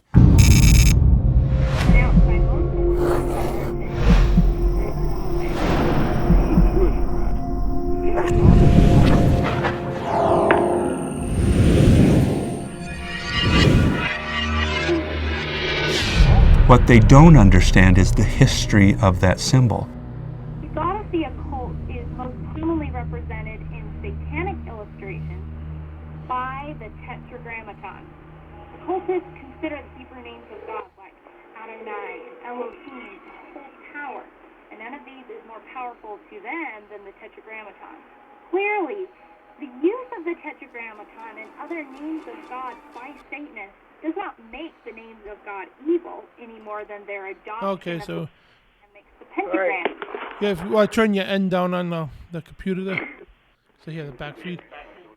So yeah, that's what pentagrams are. Yeah, we report these a lot. And one correction with that guy was saying that the eastern, the eastern star, which is one pointing up, and the western star is one pointing down. Jesus used, and Jesus never used any pentagrams because and no symbolism at all, because it's kind of part of the second commandment. No making any graven images and things like that. And a pentagram goes back thousands of years. And not just the Mormons, it goes back thousands of years to the Canaanites. It goes back to the old ancient Mesopotamians and all that. They used them in rituals and sacrifices and all that. And it was actually the Star of Bel. And Bel and worship and all that, and Raphaim. And so it was in the book of Amos, chapter 5, it talks about that. And it was, they called it the Star of Raphaim and also the Star of Moloch. And then there was also that's the star. I'm sorry, let me correct myself. That star was actually the so-called Star of David. We did a whole show on that, 2 shows on that, and there was no such thing as a Star of David. There was a Star of Moloch, and so this star we're talking about is actually called the Blazing Star, and Freemasonry is called the Blazing Star, the Dog Star, and it's a symbol of that deity, the Star Sirius. You know what I mean? And so every Masonic lodge, what they do is they have, for the initiates, whatever, the Blue Lodge, the first 3 degrees, they have this altar in the Masonic Lodge, and on top of it is a Bible. But when they get out of when it's the Red Lodge or whatever, they move that altar out of the way, and there's no Bible there. There's the altar, and under the altar is that blazing star, which is hidden most of the time from, view, and that's the true deity, you know what I mean? And that's, different levels in the Freemasonry. We done tons of shows on that. But the pentagram is. I know Wiccans say, well, it's a symbol of nature and good. No, there's no such thing as a symbol of nature and good like that. No. And but it's all. You have to remember, Dan. Yep. Is that Joseph Smith was a Freemason. Yes. Yeah. And most of the stuff that the Mormons do are from the Freemason rituals, not something that God or an angel told him. It's something that he knew already, and he changed it, to make it seem something new, positive. Yeah. Positive, Yep. Him and his father were really into magic, and that's where they started all their issues from. I mean, if you put your head inside of a hat with a stone, supposedly that lets you see, that stone better be shining when you cup it with your hands. Yeah. If it doesn't, it's not going to shine in your hat. Okay, and you cannot have. Well, the only person that I know that I have full confidence that could do that, shine the light in the dark, is our Lord and Savior Jesus Christ. Amen. That's right. And anybody else who says that they could see the light or they could see the future, no. The future is planned by only one person, and that is God Almighty, and He's got that all set up for us. I want to intervene real fast and say a few of the things that the Mormons believe that this is in their Book of Mormon, that the tribe came over from some Israelites came over from Israel, and because everyone was corrupted, and they wanted to be able to practice their faith in peace. And so they came over here, and this is the story of the Nephites and the Lamanites. The Nephites were good. The Lamanites became rebellious, and so God cursed them and changed their skin color. And this is how they explain the Native Americans, which is crazy. But also they, so this goes off of the Jewish Kabbalism stuff that he was involved with. This is absolutely where this Israelite stuff came from. I absolutely believe this. And then they, what was I going to say?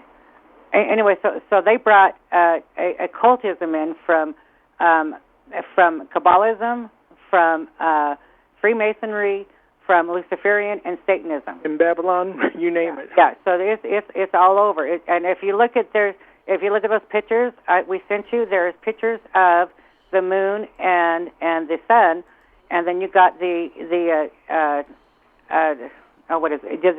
Big Dipper.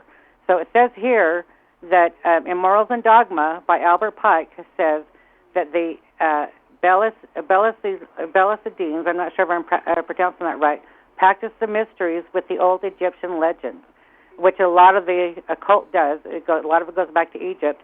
They symbolize Osiris by the sun, Isis by the moon, and you'll see these all over these temples.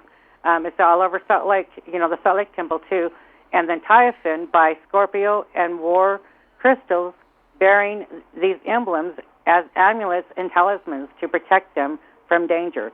And so the Mormons, Bill Sniblin goes into a whole thing about the garments that is such a serious thing that you don't even take them off when you're showering. You put them on the bottom of your feet, So they would be considered a talisman, and so they're looking for something to protect them outside of God, because the Mormons do not have a clue who God is.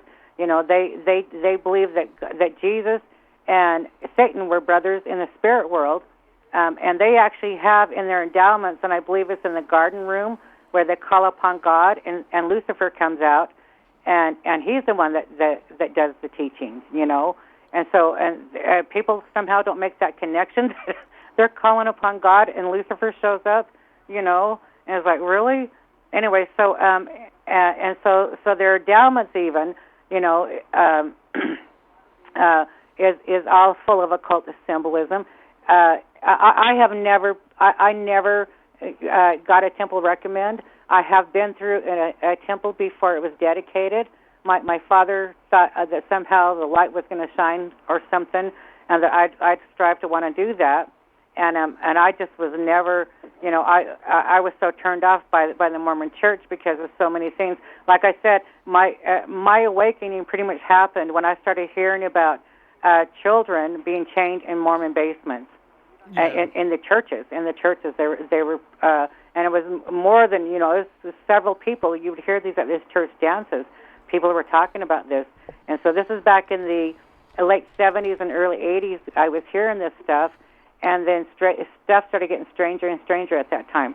I know that you had Ty Harris on your show the other night, and he was talking about Fiona Barnett from Australia, and she was one of the people. One of the first videos I think I watched a few years back, where she was talking about how she was given over to her grandmother to raise, and her grandmother was a full-fledged Satanist and put her into human trafficking. And one of her main abusers was Nicole Kidman's father. I forgot his first name, but he was a famous psychiatrist in Australia. And right now she's got a video out called, is it called Candyland? Candy Girl. Candy Girl, where it talks about a lot of these abuses. And we've been trying to get a hold of her, but her information is pretty well protected. We've reached out to a few people, even Thomas Dunn. I want to know if he's got any way to get a hold of her, but he hasn't gotten back to us yet. And so, because I really wanted to use her story, with all the details of what happened to her. But she was actually flown in to into Salt Lake when she was about 7 or 8 years old, I think, and she was taken into the Mormon basement, and the same thing. She was sexually abused for hours, and then the prophet who was at my mother's funeral that my dad was friends with, Spencer W. Kimball, pulled these guys off of her and said that she had enough. Anyway, but she was flown all over. She was Billy Graham raped her at Bohemian Grove. I mean, she names the names, and she's very. She has really found her voice. She ended up integrating all her splits, and it became a psychiatrist herself, and is trying to get people to wake up. And what's sad though, she came to the United States a few years ago, and to a convention in Colorado, hoping that she could find doctors to come back to Australia with her because the abuse was so off the chart. And then all she kept hearing is, "Oh no, we don't believe in that. We believe that's false memory syndrome." And I was like, wow. And so this stuff's bad. What goes on. Do you want to play other video too, the secret Mormon ritual? Yeah. If you want to do that one, I wanted you guys to see. Now, in this video right here, they used to have to take an oath. My parents took the same oath, I'm sure, because they were, they were way back in like the 30s and stuff, and 40s when they were going through. But Bill Sniblin makes the claim that because he started writing books exposing Mormons, that they changed some of the things in the rituals. And one of them was this death oath that they do.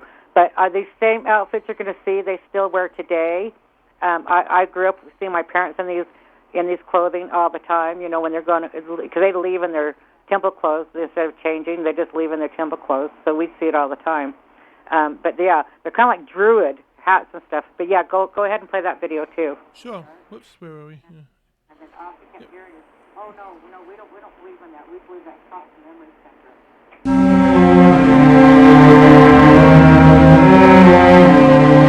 What you are seeing is an authentic first-time ever on film reenactment of secret Mormon temple ceremonies that even most Mormons have never seen, and those who have sworn never to reveal these secrets under penalty of death.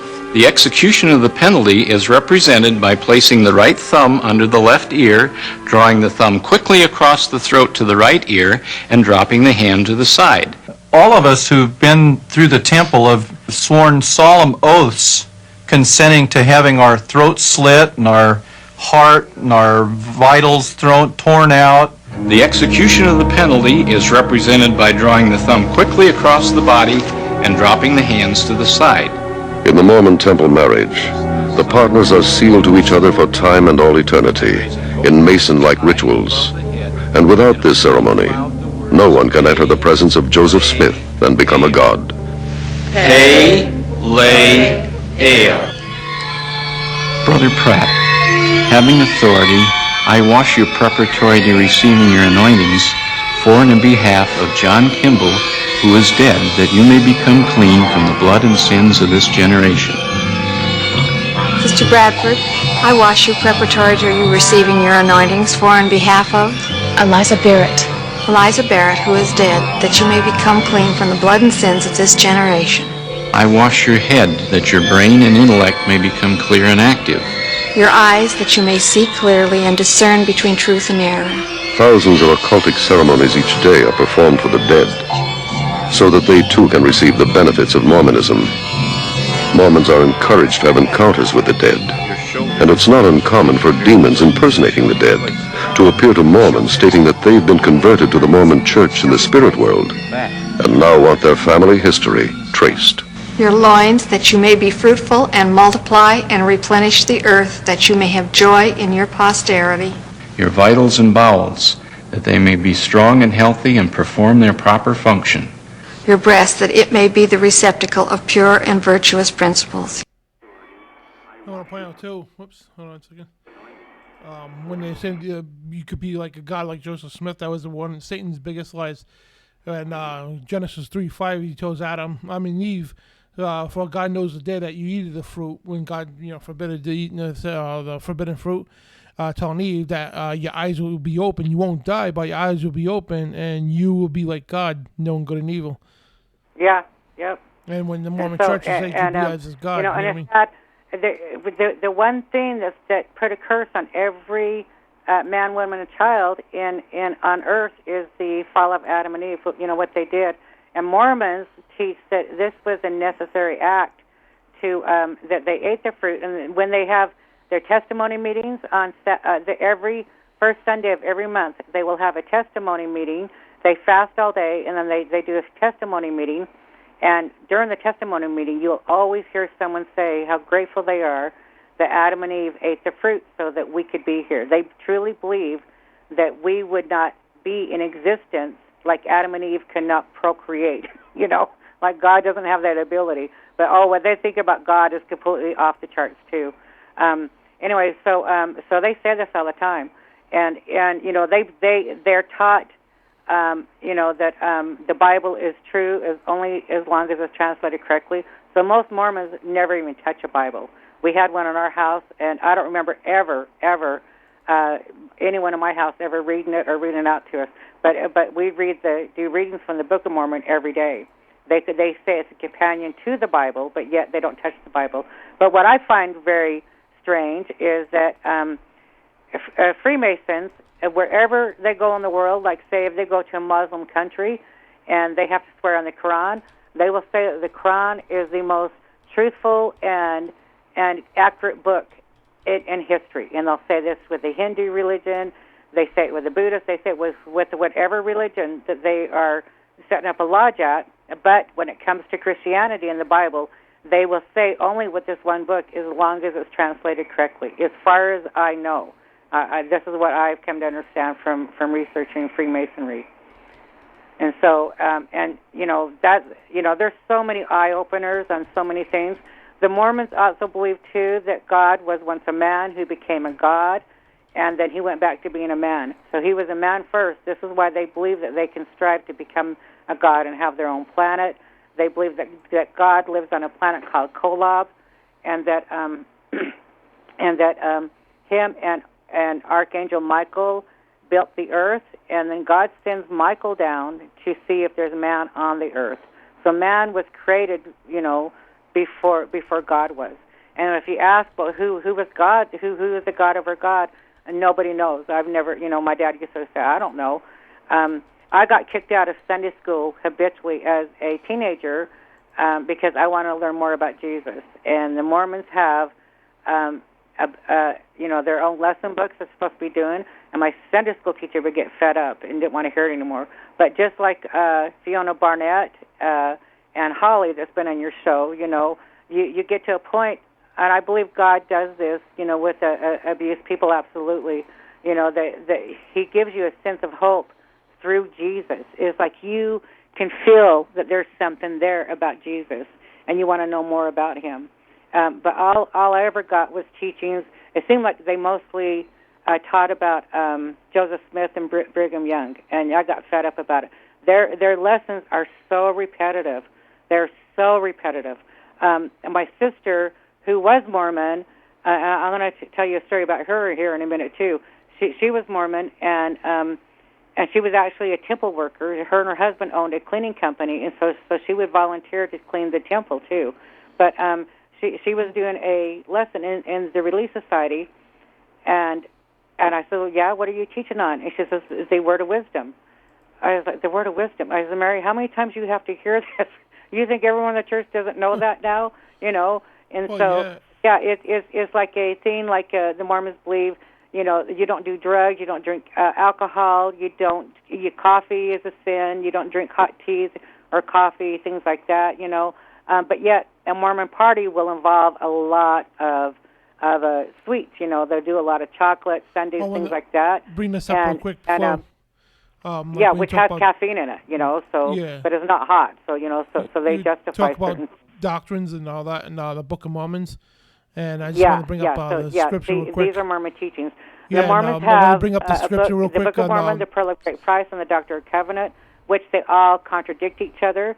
They believe that God and Jesus and the Holy Spirit are completely different beings. They're not, you know, they don't believe in the Godhead, and so, but yet their Book of Mormon will teach the Trinity probably better than any other book out there, but they totally ignore it.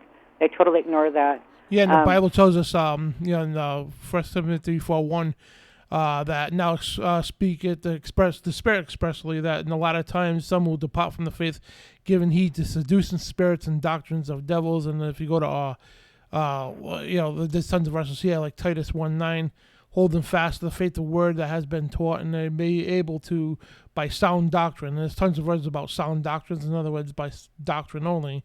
And instead of giving heed to doctrines of men and devils, which is the Book of Mormons, you know, and the Watchtower for the Jehovah's Witnesses, and the Catechism for the Catholic Church, and you could go on and on and on and on. But this is what the biblical prophecy is saying, that they're going to turn their itching ears to these doctrines of devils. Yep, and that's exactly what it is. Yeah. I just found this right here where it talks about the Smith family. It says that the Smith family was highly involved in sorcery. Joseph Smith Sr. was a member of the wood scrape religion, like I told you. He was involved with water witching and divination. He claimed to be a treasure seeker. He claimed to be able to use his magical wand to find treasure. Lucy Mack Smith, in her autobiography, claims that the family used to cast magic stones or magic circles and practice in the facilities of Abric, which is like abracadabra. That's where that comes from, a.k.a. ceremonial magic. Joseph was raised in the occult, and this was his way of life. He joined the Methodist Church, even though he was supposedly told that all the churches at that time were false. And the Methodists kicked him out because he was an occult and a glass looker, a.k.a. squire, a.k.a. crystal ball reader. So for 3 years, he would go back to the Sacred Grove. Literally, they called it the Sacred Grove in the Book of Mormon. The same day every year, September 21st, which is the equinox, a witch holiday, to see if he is worthy to receive the golden plates. So he supposedly received the golden plates that are written in Reformed Egyptian, which there is no such thing. They tell the story of the Nephites who are good and the Lamanites who are bad, and they became more and more wicked, like I said, and their skin turned dark. The Mormons explain the Native Americans this way, like I said, and they believe that, the darker your skin is, the more cursed you are by God. So, and what's sad is there truly is a type of brainwashing that goes on in the Mormon religion, and a lot of them will not. The plates I don't believe my stepmother has ever read a book or a novel outside of Mormon doctrine. You know, they have their own bookstores down here. They call them Siegel bookstores, and you will see people, you know, Mormons in and out of them all the time. But most of them, you know, those who are very devout will not read literature. They won't watch shows unless these things are church approved. You know, and you know, and this is how these things happen. How they're able to get away with the things they do, because they have such a grip on them. Every single Mormon church has a organ in there with these big old pipes. I guarantee that these pipes have some kind of hypnotic effect on the people. I've believed this for years. My brother, who was a cop, he said that some of the most strangest crimes in Utah are usually always within a block of a Mormon church. He believes that these steeples that Bill Snibbling calls the knells, you know, this is a knell, that Satan, you know, knelling Jesus, you know, to the cross type of thing. He believes that they emit frequencies that cause a lot of problems. So these might have been like the first form of a 5G tower or something, you know, some kind of tower. I don't know. You know, today I do know this, that ever since the coronavirus has broken out, or I should say since Donald Trump took office, they started censoring the internet, like stuff you could find everywhere. You can't find this stuff anymore. But there is enough stuff on the internet that anyone who is questioning their faith or wants to know more about this stuff can look this stuff up, because it is so drenched. You can find a lot of these rituals. They call them temple endowments on the internet, where you can actually see the stuff they're doing, and then compare it to what occultists are doing. It's probably harder to find the occult stuff, the actual occult stuff, than it is the Mormon stuff. The Mormons had so much markings on their temples that the Freemasons banned them for over 100 years from actually joining the Freemason Lodge. They've changed that since. My father told my brother, he just told me this other day, that he told him that there is a tunnel in the tunnel system. The tunnels actually link to the Freemason Lodge in Salt Lake, which is right around the corner from the temple. And so this would be a way that a lot of these higher-ups could go into these lodges and not be seen. You know what I mean? Yeah. And so also, Dan, I want to say this too. My younger brother's best friend, his company took a contract to do drilling for the Mormons. Is on the Mormon property. They own a lot of the property in Salt Lake, and so they had to block off the road. And he said that they drilled at least 8 stories down and pumped in, he would guess, over 1 billion yards of cement. And he says that you had to have a special pass, meaning that you had to be like an insider, you know, in order to go down there and smooth this out. But he said this job went on forever. It was like well over a year, I'm sure. But yeah, and he says that they wouldn't tell him, but what do they need all those stories down there for, you know what I mean? And there are several accounts of people that I had seen on the internet too that had seen what they called, some of them call them demons, others call them reptilians, in these bottom basement parts of the Mormon Temple. Yep. There's a part where I guess you have access to, because they do what is called baptism for the dead, and so the members are upstairs and they're doing baptism for the dead, I guess, doing their endowments and praying for the dead.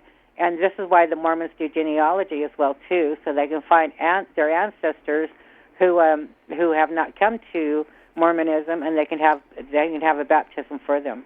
And they use only children. So it's an adult down there with a child, or children to be baptized, while the parents are upstairs doing their endowments. And so. And I don't know if we sent you a picture or not. Did you send them a picture with the baptism?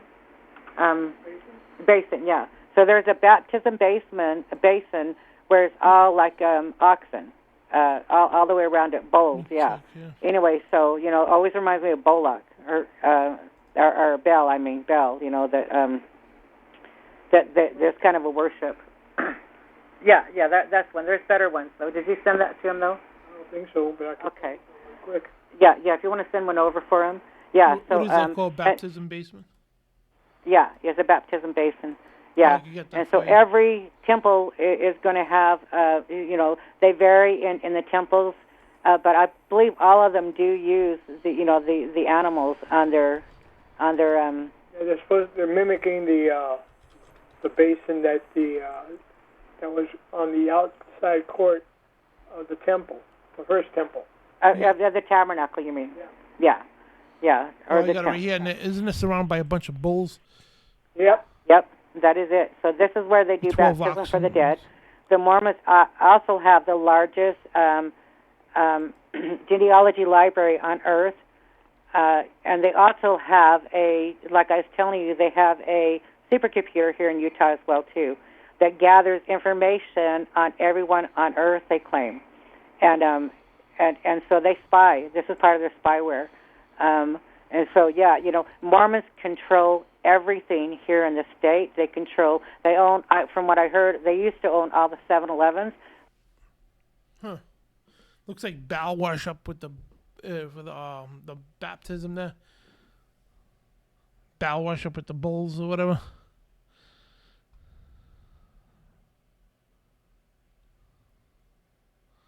Hope you're still there. Oh, I think we lost him.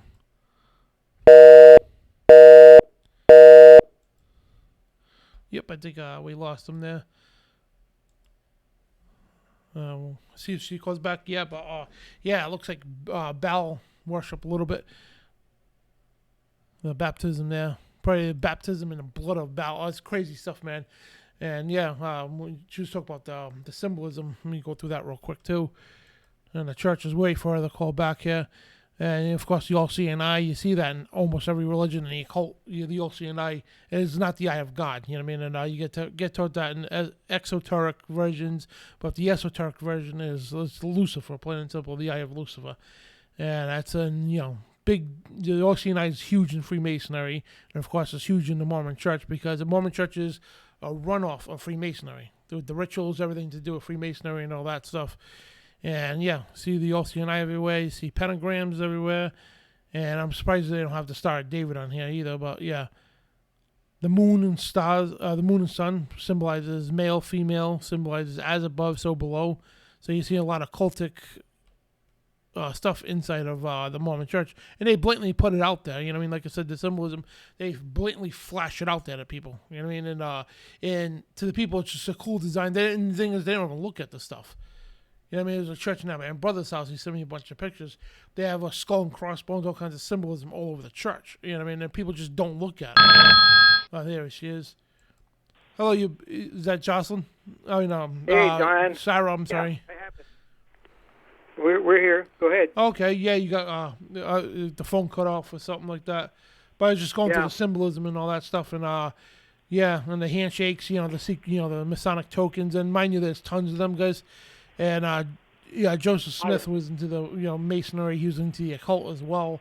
And the guy was a complete wacko. You know what I mean? He made these false claims, and if I'm not mistaken, right, when he wrote when he had his author, I forgot the guy's name, that wrote down what he was seeing through the hat, and so he brought it home to publish the book. And the guy's wife told him, said, "Well, if he is really of God, tell him you lost the papers."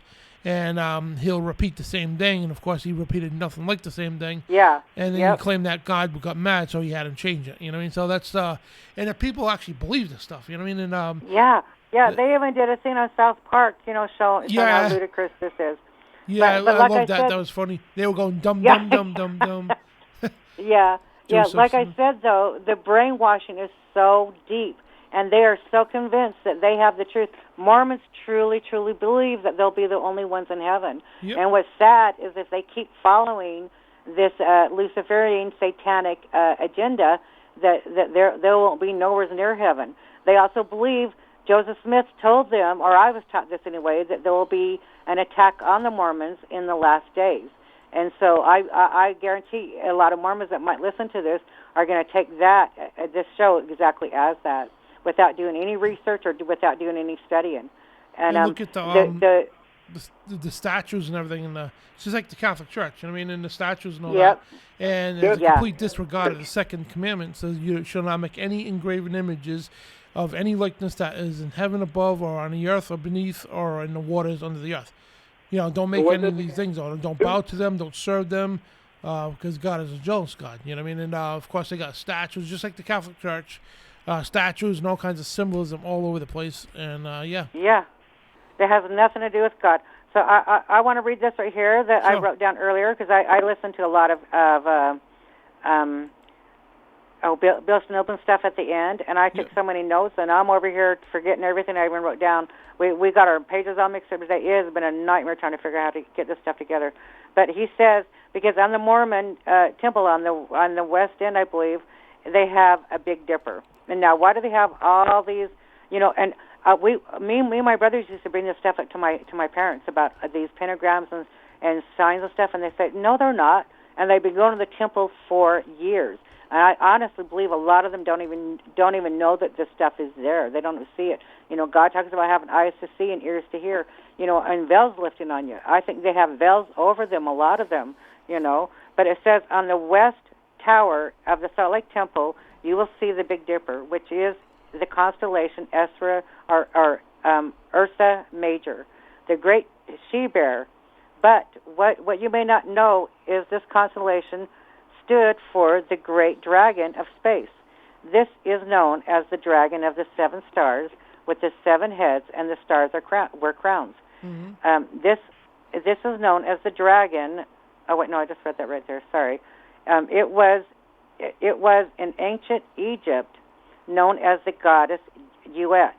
This is by Aleister Crowley in The Hidden God by Kenneth Grant. This is page 123. She was known as the evil mother, the witch woman, and the goddess of night. The same dragon goddess is known as the mother of Set.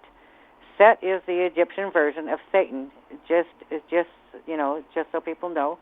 The Hebrew Kabbalists identify this same constellation as Lilith, known in the Bible as the Screech Owl. In Hebrew superstition, she is the mother of all demons. Today, she became a symbol of all feminists. That's pretty much right, though. Yeah, feminism. Mitch and Mike. Okay, yeah. Anyway, so that right there, that, and these, if people would stop and look up these symbols, what they actually are, and you compare them, while they still have a chance, because they're honing in on the internet and taking this knowledge and this information away. It's getting harder and harder to find.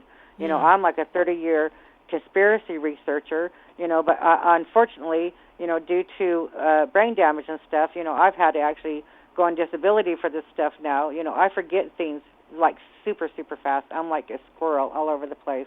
It's hard for me to keep my thoughts, in track, as if you haven't noticed. All I can do is try, though, and I'm just grateful to be given this opportunity. But there is like so much of I got pages and pages and pages of. Oh, what about the Mormon underwear? Yeah. Oh yeah. William just sent you a link. A photo of Mormon underwear, both male and female, so you can see it. Yep. Okay. I got it right here. And then so on the Mormon underwear, they have a square and a compass over the breast part on the male and female, and then they have a what is it on the bottom? I forget. I'm trying to find this stuff right here.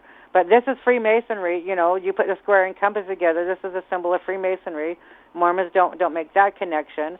That this is what it is. Hold on. Let me see if I can find this up here. Okay. So the Mormon garments have stitched on them the Masonic occult markings. On the breast, on the right breast is a square, and on the left is a compass. Over the navel is a gauge, and over the knee is a gauge. Okay, and so these right here. Okay, and so I grew up, like I said, a big family of 13 kids. One of my chores was to fold clothes. So I not only did my parents wear garments, but a lot of my siblings did too. As I got older, I started doing their endowments and stuff. So it was something you would see all the time. You didn't think nothing of it. But this is literally a talisman, where they see this as something that can protect them instead of doing it God's way. They want to do it their way. They're following someone who was just off the charts, crazy, and into the cult. But he's a scammer, a big-time scammer. I from what I understand, Joseph Smith had a third-grade education. Now, what the education was back then, I don't know. It's probably a lot better than what we were taught in third grade. But he took after his father and got involved with a lot of things that he probably shouldn't have.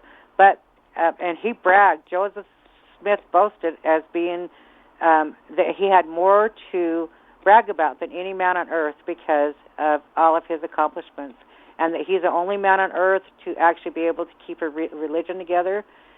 He says that certain people couldn't do it. Even Jesus couldn't do it, he claims. He not only that, he claims that Adam was a polygamist, and Jesus was too. Yeah, so he makes all kinds of claims. And what is amazing is you can go through church archives and find some of this stuff. Right now, this is, I think, is part of the walk away of the Mormon Church. Recently, they came out with, because they believe in a Heavenly Mother too, goddess worship, but she's very seldom ever spoke about. She's so sacred that they can't even say her name. So I never heard that. But recently, their prophet is talking about, that they should start giving more attention to the Heavenly Mother, and they're telling people to start downloading apps and things on their phone so they can keep her in mind and start maybe saying prayers to her, things like that. So that caused a big uproar in the Mormon Church, from what I heard, and so that might be part of the big walking away. But most of them will do it. They'll say, yeah. So this is goddess worship going on. It's always been there, but it's been under key. They're bringing this out now because they're bringing a lot of stuff out now. Because I believe a lot of this is being done by design to usher in the Antichrist. They're getting closer and closer, trying to cause all this stuff so they can usher him in, or her, or whatever. I think Antichrist will probably be a tranny of some sort. This is why they're so fixated on the transgender stuff right now. So androgynous but I could be wrong. It's like an androgynous spirit out there. What?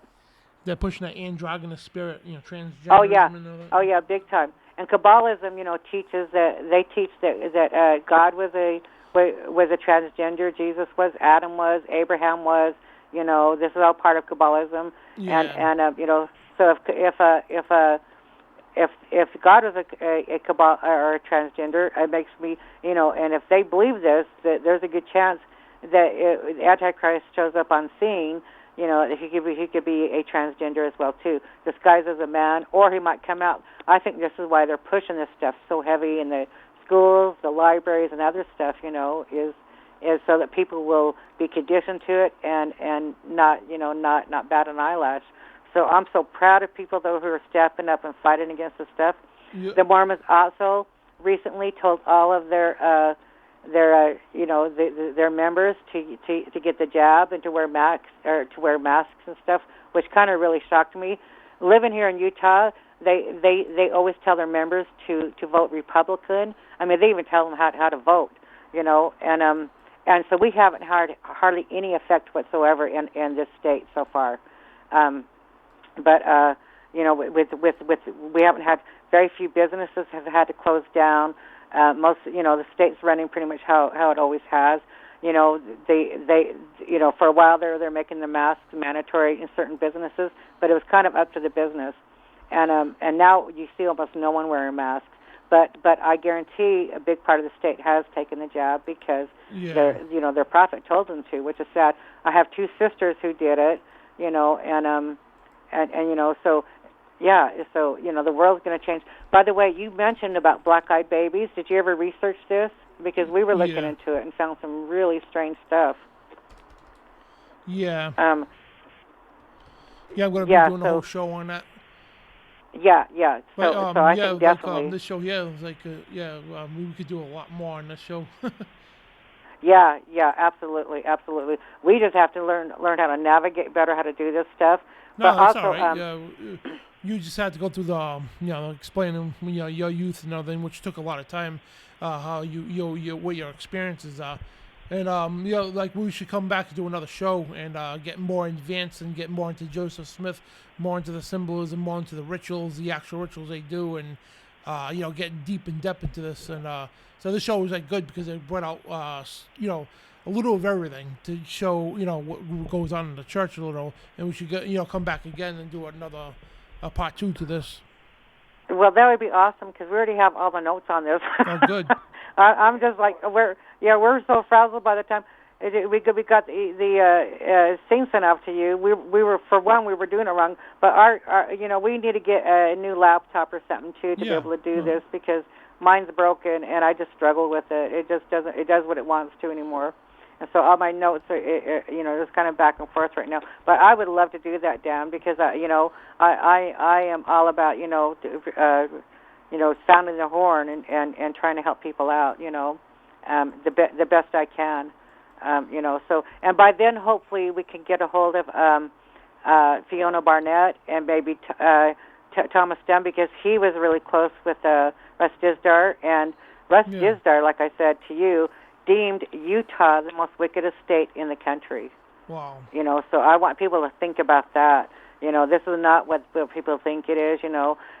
Granted, the majority of the people here are very kind and stuff, and a lot of Mormons are. They're beautiful people. It's not the people. Once again, it is the religion, and I'm challenging anyone who may be Mormon to start looking into some of these things. Like I said, while they still have the chance, because there is information out there. This documentary here. Where is it? It's Temple of Doom by William Schnoblin. Yeah. I highly recommend people to watch that. And the first one I saw was actually Joseph Smith and the Temple of Doom, and you can't find that nowhere now. It's gone. But this one here has a lot of the same information in it. So, so it is. This is a. What's sad though, like I said, if you're born into this stuff, you just don't know any better. You just don't know. And they keep to themselves. They keep their religion very, very secretive. A lot of the parts of it, which Jesus says, he did nothing. He doesn't do anything behind closed doors. Everything he does is in the open. So if they're preaching secret stuff, that's not from him. So, and if they, it's just. It breaks my heart because my family, a lot of my family is still involved in this. One of my sisters posted on her Facebook the other day that how she's so grateful that she belongs to a church that has a living prophet. Well, do you want to do a couple of questions, Sue? And I want to apologize for folks because usually we take the phone calls, but her internet and her computer's not working, so she actually called on the phone line that people call in to ask questions. Yeah. So if you guys want to ask the questions, put it in capitals in the chat room. I know there's a 30-second delay, but if you got a question for her or me or both of us, put it in capitals in the chat room, and I'll get it to her.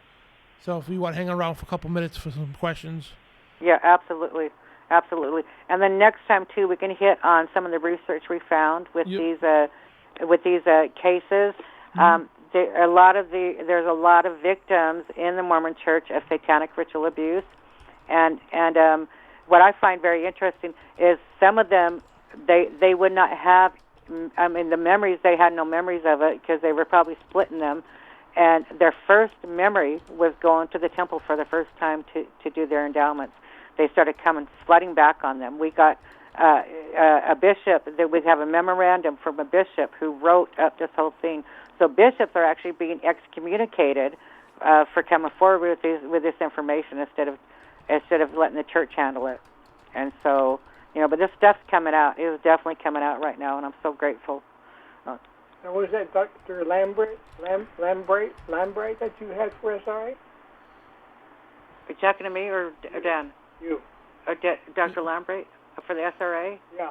Actually, you know what? I don't know what. You want to do this? You got my cell phone number, so if you want to call my cell phone, and I'll open this phone line to the people so they can call in. And oh, is that the? Let me see here. Let me pull it up real quick. Is it the one that we called you on normally, the Dan Bidondi one, or the one you gave us tonight? Nope. Actually, I'll call you if you want to hang up, and I'll call you. Okay. Good idea. Okay. And this way, when people call in, they could ask you a question. Okay. All right, sounds good. All right. Okay. All right, bye. Bye. All right, guys. So we are gonna open the phone lines, and I apologize because So yeah, 512-547-1776. So I'm gonna call her.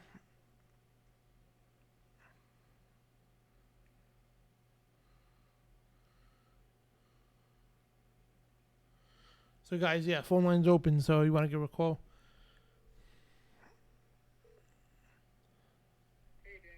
Hey, how you doing, guys? Yeah. Okay. I got you on speaker. Hold on. Yep. Okay. Yeah. Fix my phone. You're gonna have me that far. I could. Okay. You blindfold the people. Okay, Dan. Sorry about that. So I got a question here for you from a Greg McGowan. He wants to know if do they do blindfolding and people that walk into the walls were they holograms? When I was a child, you mean? Yeah, they want to know if they do blindfolding and that the people that walk into the walls were they holograms or real? No, they were very, very real. Very, very real. We had a lot of supernatural activity throughout our home. I got it really, really bad, and I'll go into that in our next show if you guys want to do one. Yeah. But and I'm going to say this too. I don't know any Mormons in my neighborhood that was not having supernatural activity. Pretty much every person in my neighborhood that was really active or all go into the temple to do their endowments. And as far as blindfolding, I don't know. I've never heard anything about them being blindfolded. I do know that there are a lot of Mormons who are Masons now, and that this is something that's being accepted. And so this is becoming more and more common, just like Christians, because they're told it's a Christian organization. But I know that, like I said, they have people in positions of power everywhere to keep these things, protected and hidden. So, but yeah, I don't know anything about blindfolding. But yeah, the supernatural world is very, very, very real. And, I can attest to that. There's a lot of stuff that I've had throughout my life. So we got a phone call, and it's his brother Tim. Hey, what's up, Tim? Hey, brother. How's it going, man? It's going. I mean, I'm so sorry for everything she's had to go through. But praise our Father and Jesus, bringing her out on the other side, and what a powerful witness and testimony and exposer she is. That's all I can say. So anyway, this is the icebreaker for everybody else. And with that, I'll say hello to everyone in the chat, woo to everyone in chat, and woo to you, brother. I'll let somebody else get on here. Thank you, Tim. Thanks for the call, brother. I hope you're feeling better, Yeah. man. Yeah, feeling good, man. Thanks. And thanks, everybody, for all your prayers. They really help. I appreciate it. Praise Jesus. Absolutely. Yeah, well, thank you for calling in. Yes, thank you for your testimony. And I know it must be hard to relive a lot of it, but thank you for exposing all this stuff. I knew there was something wrong with them. All quiet up there, all that money. Never really see or hear about them. You know they're doing something up there. But anyway, yeah, thank you. It's a brave thing you're doing. And just praise God for bringing you out of it. Absolutely, yep. Hey, Dan, if you don't mind, I want to take a minute and explain what happened to me, how I came out of how I woke up, how God woke me up. Okay. Is that okay? Sure. Okay, so I like a All right, lot bye, of brother. moments, I came Hold on out a second. of, Thank you, Tim. All right. Bye, guys. God bless. Sorry. Sorry. Yeah. Oh, go ahead. So, like a lot of Mormons, I went into the New Age world, and I was getting deeper and deeper into it. Like I said, I suffered from a complex trauma, but I didn't know that that's what it's called at the time. I spent my whole life in research. I actually got hit in the head with a bat when I was 8 years old as well, which caused me to have a stroke when I was 12 years old, which almost killed me. And so I was born with the same disease that my mother has on top of that. So I had tumors. It's called cavernous hemangiomas, and I have them in the brain instead of outside of the body. And so they don't know you have them unless you've actually had a bleed. And so this being hit in the bat with the bat kind of triggered the tumors to grow, which went into a stroke. They blew up, and then I had the surgery when I was 21. So I had a good run there for quite a few years after that. I've owned businesses and things like this, after this. But the thing is I was a resource kid, and I could not learn how to read or nothing, no matter how hard they tried. And I find out later, after I woke up to God led me to a woman named Diane Langberg, who specializes in complex trauma, and explains that some people, some victims, they're so traumatized that they don't learn how to read until later on in life. And because I kept praying, what is going on with me? What is going on with me? And so this is how I learned this. So I learned how to navigate the world through pictures. So God had my number with us, I'll tell you what. So I'm a happy New Ager, and I was studying MK Ultra because I used to be very much into conspiracy research and things. And I kept seeing this video on the sidebar talking about MK Ultra, and it was by a woman named Kathy O'Brien. And so, I just was, for whatever reason, it wasn't appealing to me. I didn't want to, just didn't want to see it. And so, after about 3 weeks of seeing it there, because of my back injury, I was drinking really heavy, and eventually I got involved with smoking pot and doing a lot of other stuff. This is, after me and William were together, we first lived together without being married. We were both just like way gone, like most people. You get stuck or tied up in the things of the world, the ways of the world. Anyway, and he went to work that morning. I couldn't work because of all my injuries. I was just going downhill bad, and so I woke up with a hangover. Went and got a cup of coffee, got in front of the computer, and see this video again. I was like, dang it. Okay, what is this about? By the end of this video, because she explains how she was sold into human trafficking and stuff, and I don't know if anyone either way, if you guys get a chance to watch this, it seems like Kathy O'Brien. This is probably the first video she did, and a CIA agent rescued her and got her out. But by the end of this video, because she was talking about the Book of the Dead, and that this was a science, the Egyptian Book of the Dead, and it was a science that, that they're doing these things. This horrified me so bad. I knew at that point, because I didn't know, I wasn't sure if there was a devil or even a God at that point, and I knew that the devil was real, Satan was real, and if he was real, that God was real. And I dropped to my knees and started crying and started asking for forgiveness. I honestly felt that the ground was going to open up and swallow me, not knowing that this actually happened, with Moses. I didn't know this was a real thing. Never read the Bible in my life. I owned one, but I couldn't understand it. Yeah.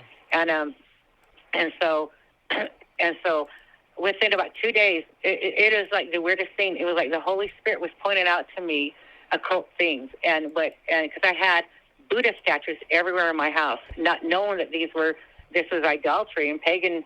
I was bringing pagan idols into my home, and I didn't know. I never could have known this stuff had the Holy Spirit not pointed these things out to me. And then I started, and then all of a sudden I realized I need to get rid of books. I need to get rid of CDs, things like this.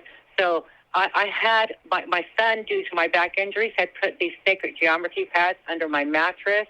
They were behind my couch. They were in our spare guest room, and under that mattress, because he told me, that these are here will help you with healing and stuff. They was called the Everything Pad. Okay, I totally forgot about them. But every time I laid down, I would see like this science swirling in my head. It was like these different colors. It was the same shape, but they were moving. And I could not figure out for the life of me what this was. And it was only when I laid at the bottom of the bed. Because of my back injury, I would rotate. And the mattress we had back then, we'd have to flip it every so often because it could become too painful for me. And so we decided to flip the mattress, and there was this pad. I said, William, this is what I've been seeing. This is exactly what I've been seeing. And then I started seeing it at different places in the house. And I go behind there, and sure enough, it was there. And I come to find out these pads were in the shape of an inverted hexagram, which was what Bill Sniblin had made the claim that it was the most evilest symbol in the occult, in Satanism. So I had watched the video. So when I first woke up, I was trying to figure out, where I got my beliefs from, and how to understand God. So I figured I'd go back to the beginning, and one of the first videos I watched was Joseph Smith in the Temple of Doom. And so I'm having all these equally very supernatural experiences in the house we lived in before. Like I said, this goes with sexual abuse victims a lot too. You hear a lot of this. David and Donna has covered this stuff. But you get bombarded with supernatural activity. And so, and I got to the point where I became very used to it. And instead of being afraid of it, I realized through my enlightenment that these must be my alien brothers and sisters trying to reach out to me. This is how far gone I was. I was teaching the art of manifesting to people like The Secret. I've been doing it for 25 years, way before the video The Secret ever came out. I mean, I was like, and I realized it was weird, the stuff you start realizing. Like immediately I knew that this was not of God. This was not of God. And so I started, praying a lot. I went into repentance for months. William was coming home from work, and I was throwing like half our house out. Smashing stuff and art. I used to be an artist, but a lot of my art at the end, what I was doing was like these naked Roman statues with like Farsi writing behind it, and all this stuff, that was just kind of way out there. And people was taking our stuff out of the garbage can, so I thought, no, I'm going to smash it and destroy it. And he could not make sense of what I was doing. He thought I just lost my mind. And I told him I can't sleep in the same bedroom with you because we're living in sin. I mean, it was like so much going on with me. And I started reading the Bible. And when I got to the point where they're talking about the feast days, I knew absolutely we were supposed to be doing these, not knowing anything about nothing. Like, mind you, I never knew anything about the Bible, didn't know anything. The Mormons have a book in their Book of Mormon, a book called the Book of Moses. And they claim that they keep the laws of Moses, which there's not a law of Moses in there. I guarantee it, But yeah, the Levitical priest had a year and a summon. This is what Joseph Smith claims he used to translate the gold plates. So they stole a lot of things from the Bible. They knew enough to be really dangerous. You know what I mean? Yep. And so, yeah. Anyway, but. So I just kept reading and kept praying and kept, doing what I was doing and asking God to remind me of stuff. Because I was so far gone that I could like literally smell the sin on me. This is how I felt. I just literally could feel. I mean, just like I was drenched in sin, not knowing, Mm-hmm. It's like the law says, you don't know you're committing sin lest you do the law. And then after a while, my husband started seeing the changes in me, and I kept telling him, I'm not going back. But I could feel eventually that I was being forgiven, and that God He loved me. Before I even got to the Bible, I was coming to understandings of things in the Bible I was going to read later on, and so that absolutely blew me away. And that, you have the supernatural dark side of these Nephilim demons around all over the planet, but they're nowhere near as powerful as God is. Jesus absolutely means it when he says that he doesn't want to lose any of us, Yep. And he fights, he absolutely fights for us. And I could never come to this understanding, or I wasn't even looking for God, had no interest in anything like that in my life, nothing. And then here I am a few years later, and so, yeah, it is awesome. The Revelations talks about how God will raise up a remnant, Mm-hmm. That's going to be over him, and so, yeah, he was trying to get my attention. But that's how he was doing things through videos. I seen a video shortly after that about John Lennon having a witch attached to him. He was talking about his wife, Yoko Ono, Mm-hmm. and I watched that and realized, oh my gosh, I got a witch attached to me. My best friend was a witch. Got any more questions, sir? Oh, I'm sorry. Do you have more questions, Dan? 1 second here. Hold on. I'll go ahead for a minute. I'll check in a second. Okay. Anyway, so that is about the gist of what happened. So also our first feast day we ever kept was the Feast of Tabernacles, and because we were just learning about the feast days and how to do them. We were listening to. I was trying to find the people who were keeping the feast or who were doing the feast days and these laws because I wanted to learn from them.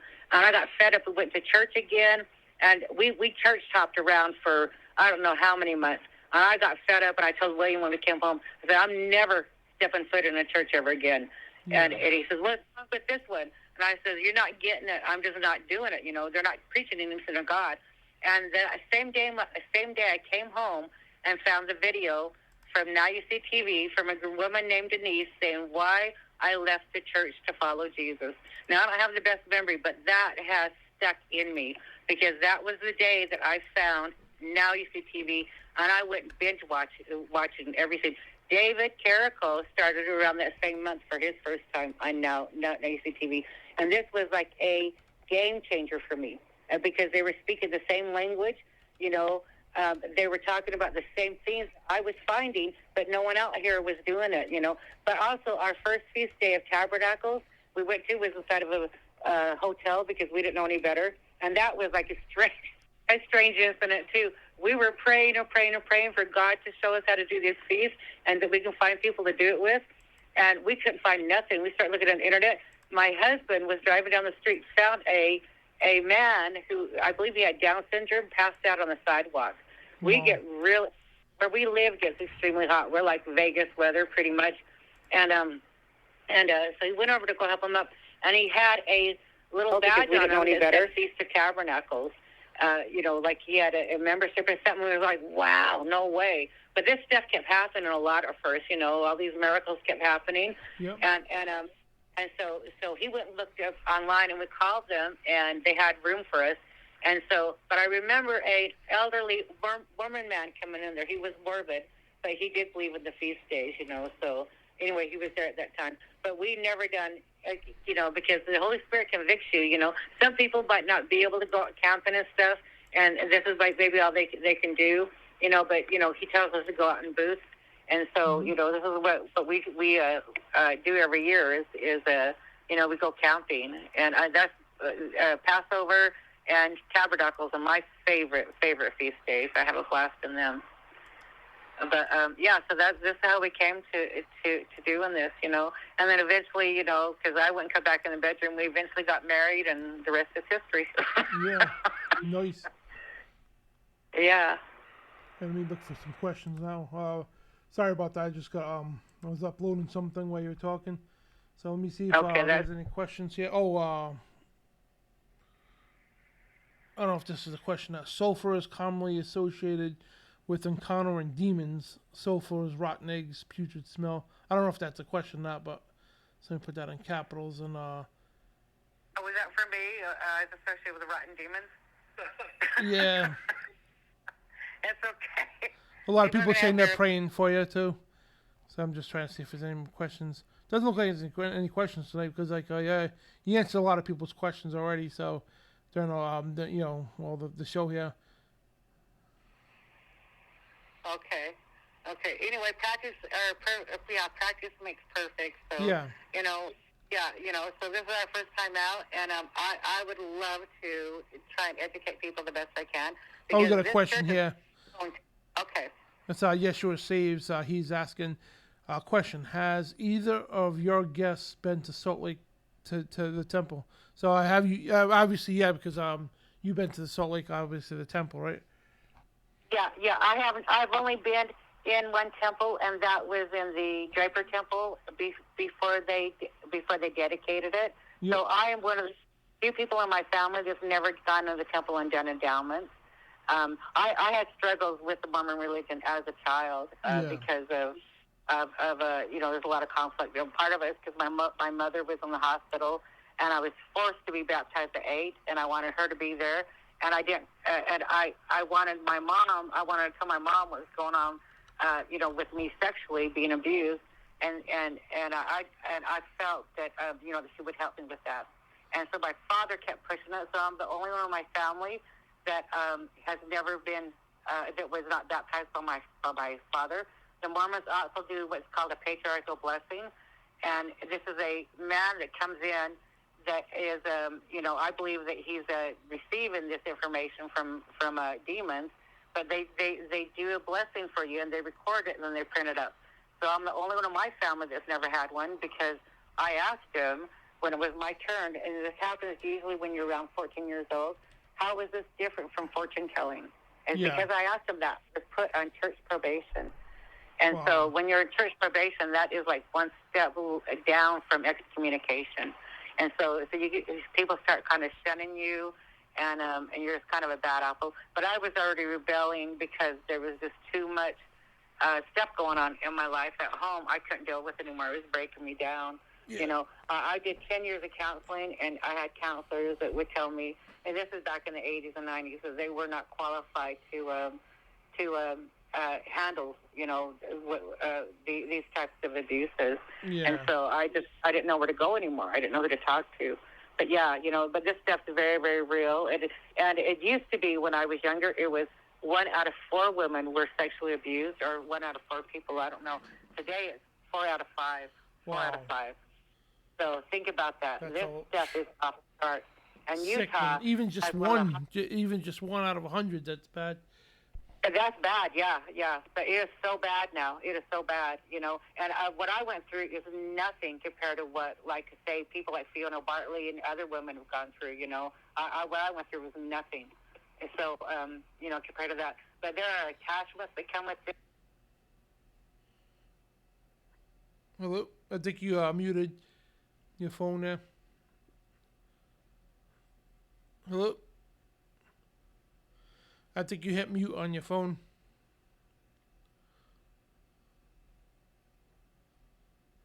Hello? Your phone muted.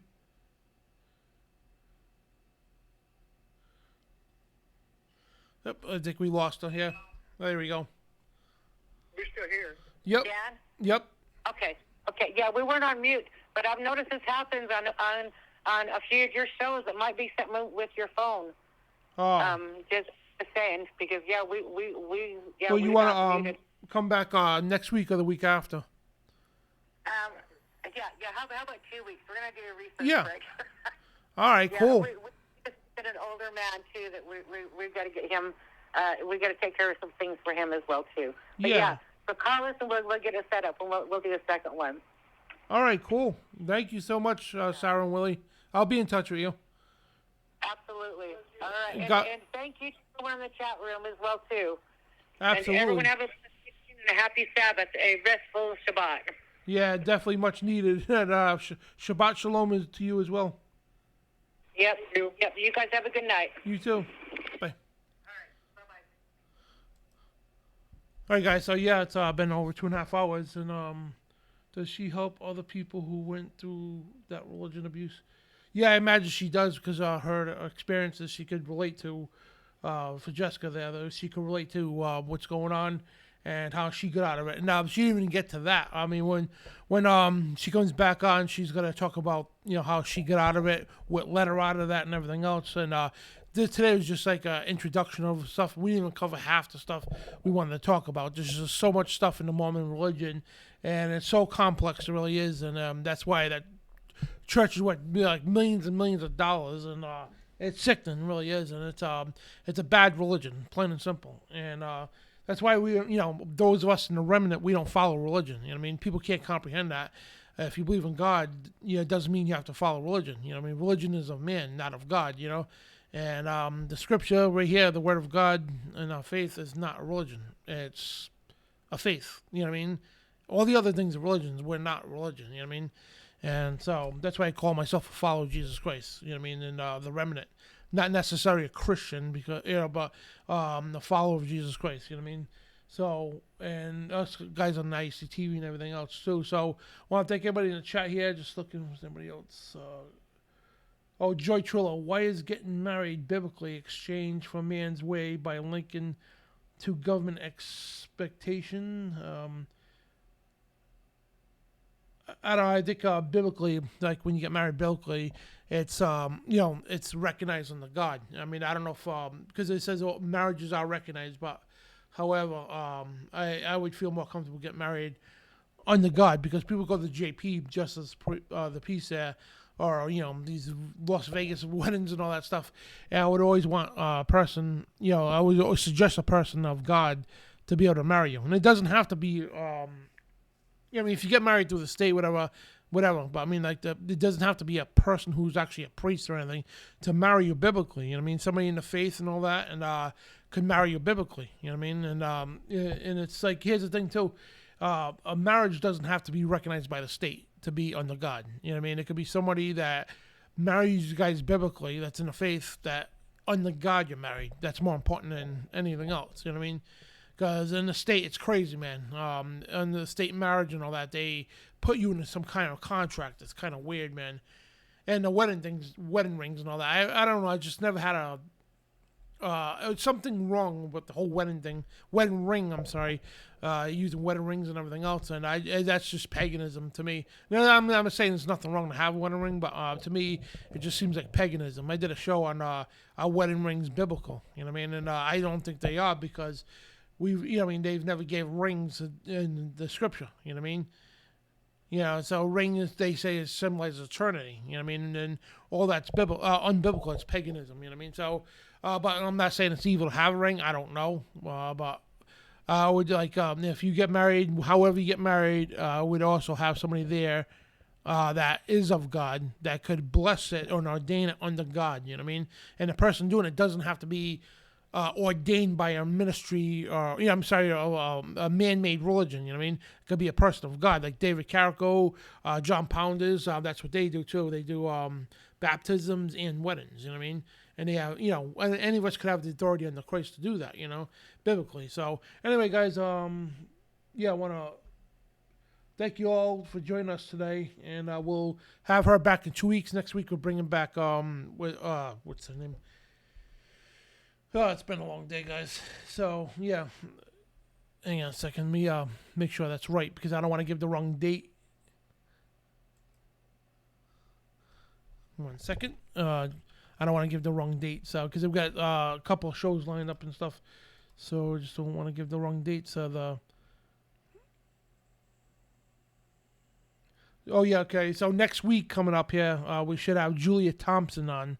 Because she was open for next week or the week after. So we'll have this coming next Friday. We'll have Julia Thompson back on so she could finish up her stuff. And then the following week we'll have Sara and Willy back on to finish up their stuff. Then we got a bunch of other shows coming up. We got David Carrico coming up. We got John Pounders, John Hall. A couple shows just with me. We got to talk about the Black Eyed People. I can't wait for that one. Tons of stuff. And also the Priest of Dagon. I've been working on the show for a little while and doing a lot of research. So we're going to talk about the Priest of Dagon. You know what I mean? And I think it's going to be a pretty cool show. So, and all kinds of cool stuff coming up. So anyway, guys, I want to wish you all a Shabbat Shalom. Love you all. God bless. And remember, follow the only plan, the real plan, that's the Bible. And if you like the show tonight, guys, and you want to help contribute toward this ministry, number one is prayer. Just pray for us and for our protection and everything else in the platform. And number two is like, share, and subscribe. And number three, if you got a couple bucks, whatever, we got a Venmo, PayPal, and a CashApp. 3 different ways for you guys to help fund this ministry and the streaming for the Rumble and everything else, and the studio rent and all this other stuff going on. And the links are all in the description. So, and I appreciate it very much. So, guys, tomorrow night, tonight actually, 11 p.m. Eastern, the Midnight Ride with David Carrico and John Pounders, and check out all their awesome shows. And also this Sunday, 5 p.m. Eastern, I think it is, Course Correction Radio with Trey Harris. But all the links are in the description. And I want to thank you all for joining us. And free month on me, nystv.org. That's a subscription-based network. It's $8 a month, and it helps fund the servers and everything. But we get 1 month free, no obligation, 30 days free. Danaman, lowercase one word, is a promo code. Gets you 30 days free with no obligation. And thank you to our sponsors, JoshuaWatchLeather.com and CascadiaCutlery.com. So what an awesome show that was. So we will continue this in 2 weeks. And Until then, I want to wish everybody, again, just rest today, guys. I need them very much. I had a bad week this week. I had an uncle that passed away, my stepfather that passed away, my cousin got arrested. My good cousin, he got arrested and everything else, and just a lot of bad stuff going on, and by the ATF and everything else, and now they're trying to make him look like some kind of a terrorist, which is not even the truth, you know what I mean? And then my other cousin, who was like a brother to me, ended up turning on me and his best friend. So him and it's strange, man. Half the family all these people are liberals, by the way, you know what I mean, except for him. And for some reason, like, he turned against us, and literally him and that side of the family completely gaslighted me. Sitting there on Facebook, like, really running my name through the mud, bashing my father, who's been dead since 2001. You know what I mean? It's insane. It's a spiritual attack, you know what I mean? Then me in my sleep, I try to sleep, and all of a sudden I get woken up, and, spiritual things, and, you know what I mean, just waking me up in the middle of the night. And so, yeah, your prayers, guys, because, the enemy's, literally out to get us, man, I tell you. But you know what? Bring it on, because we got Jesus Christ, you know what I mean? We got the Holy Spirit and all that good stuff. So, all right, guys, love you all. God bless. Shalom, and you are the resistance.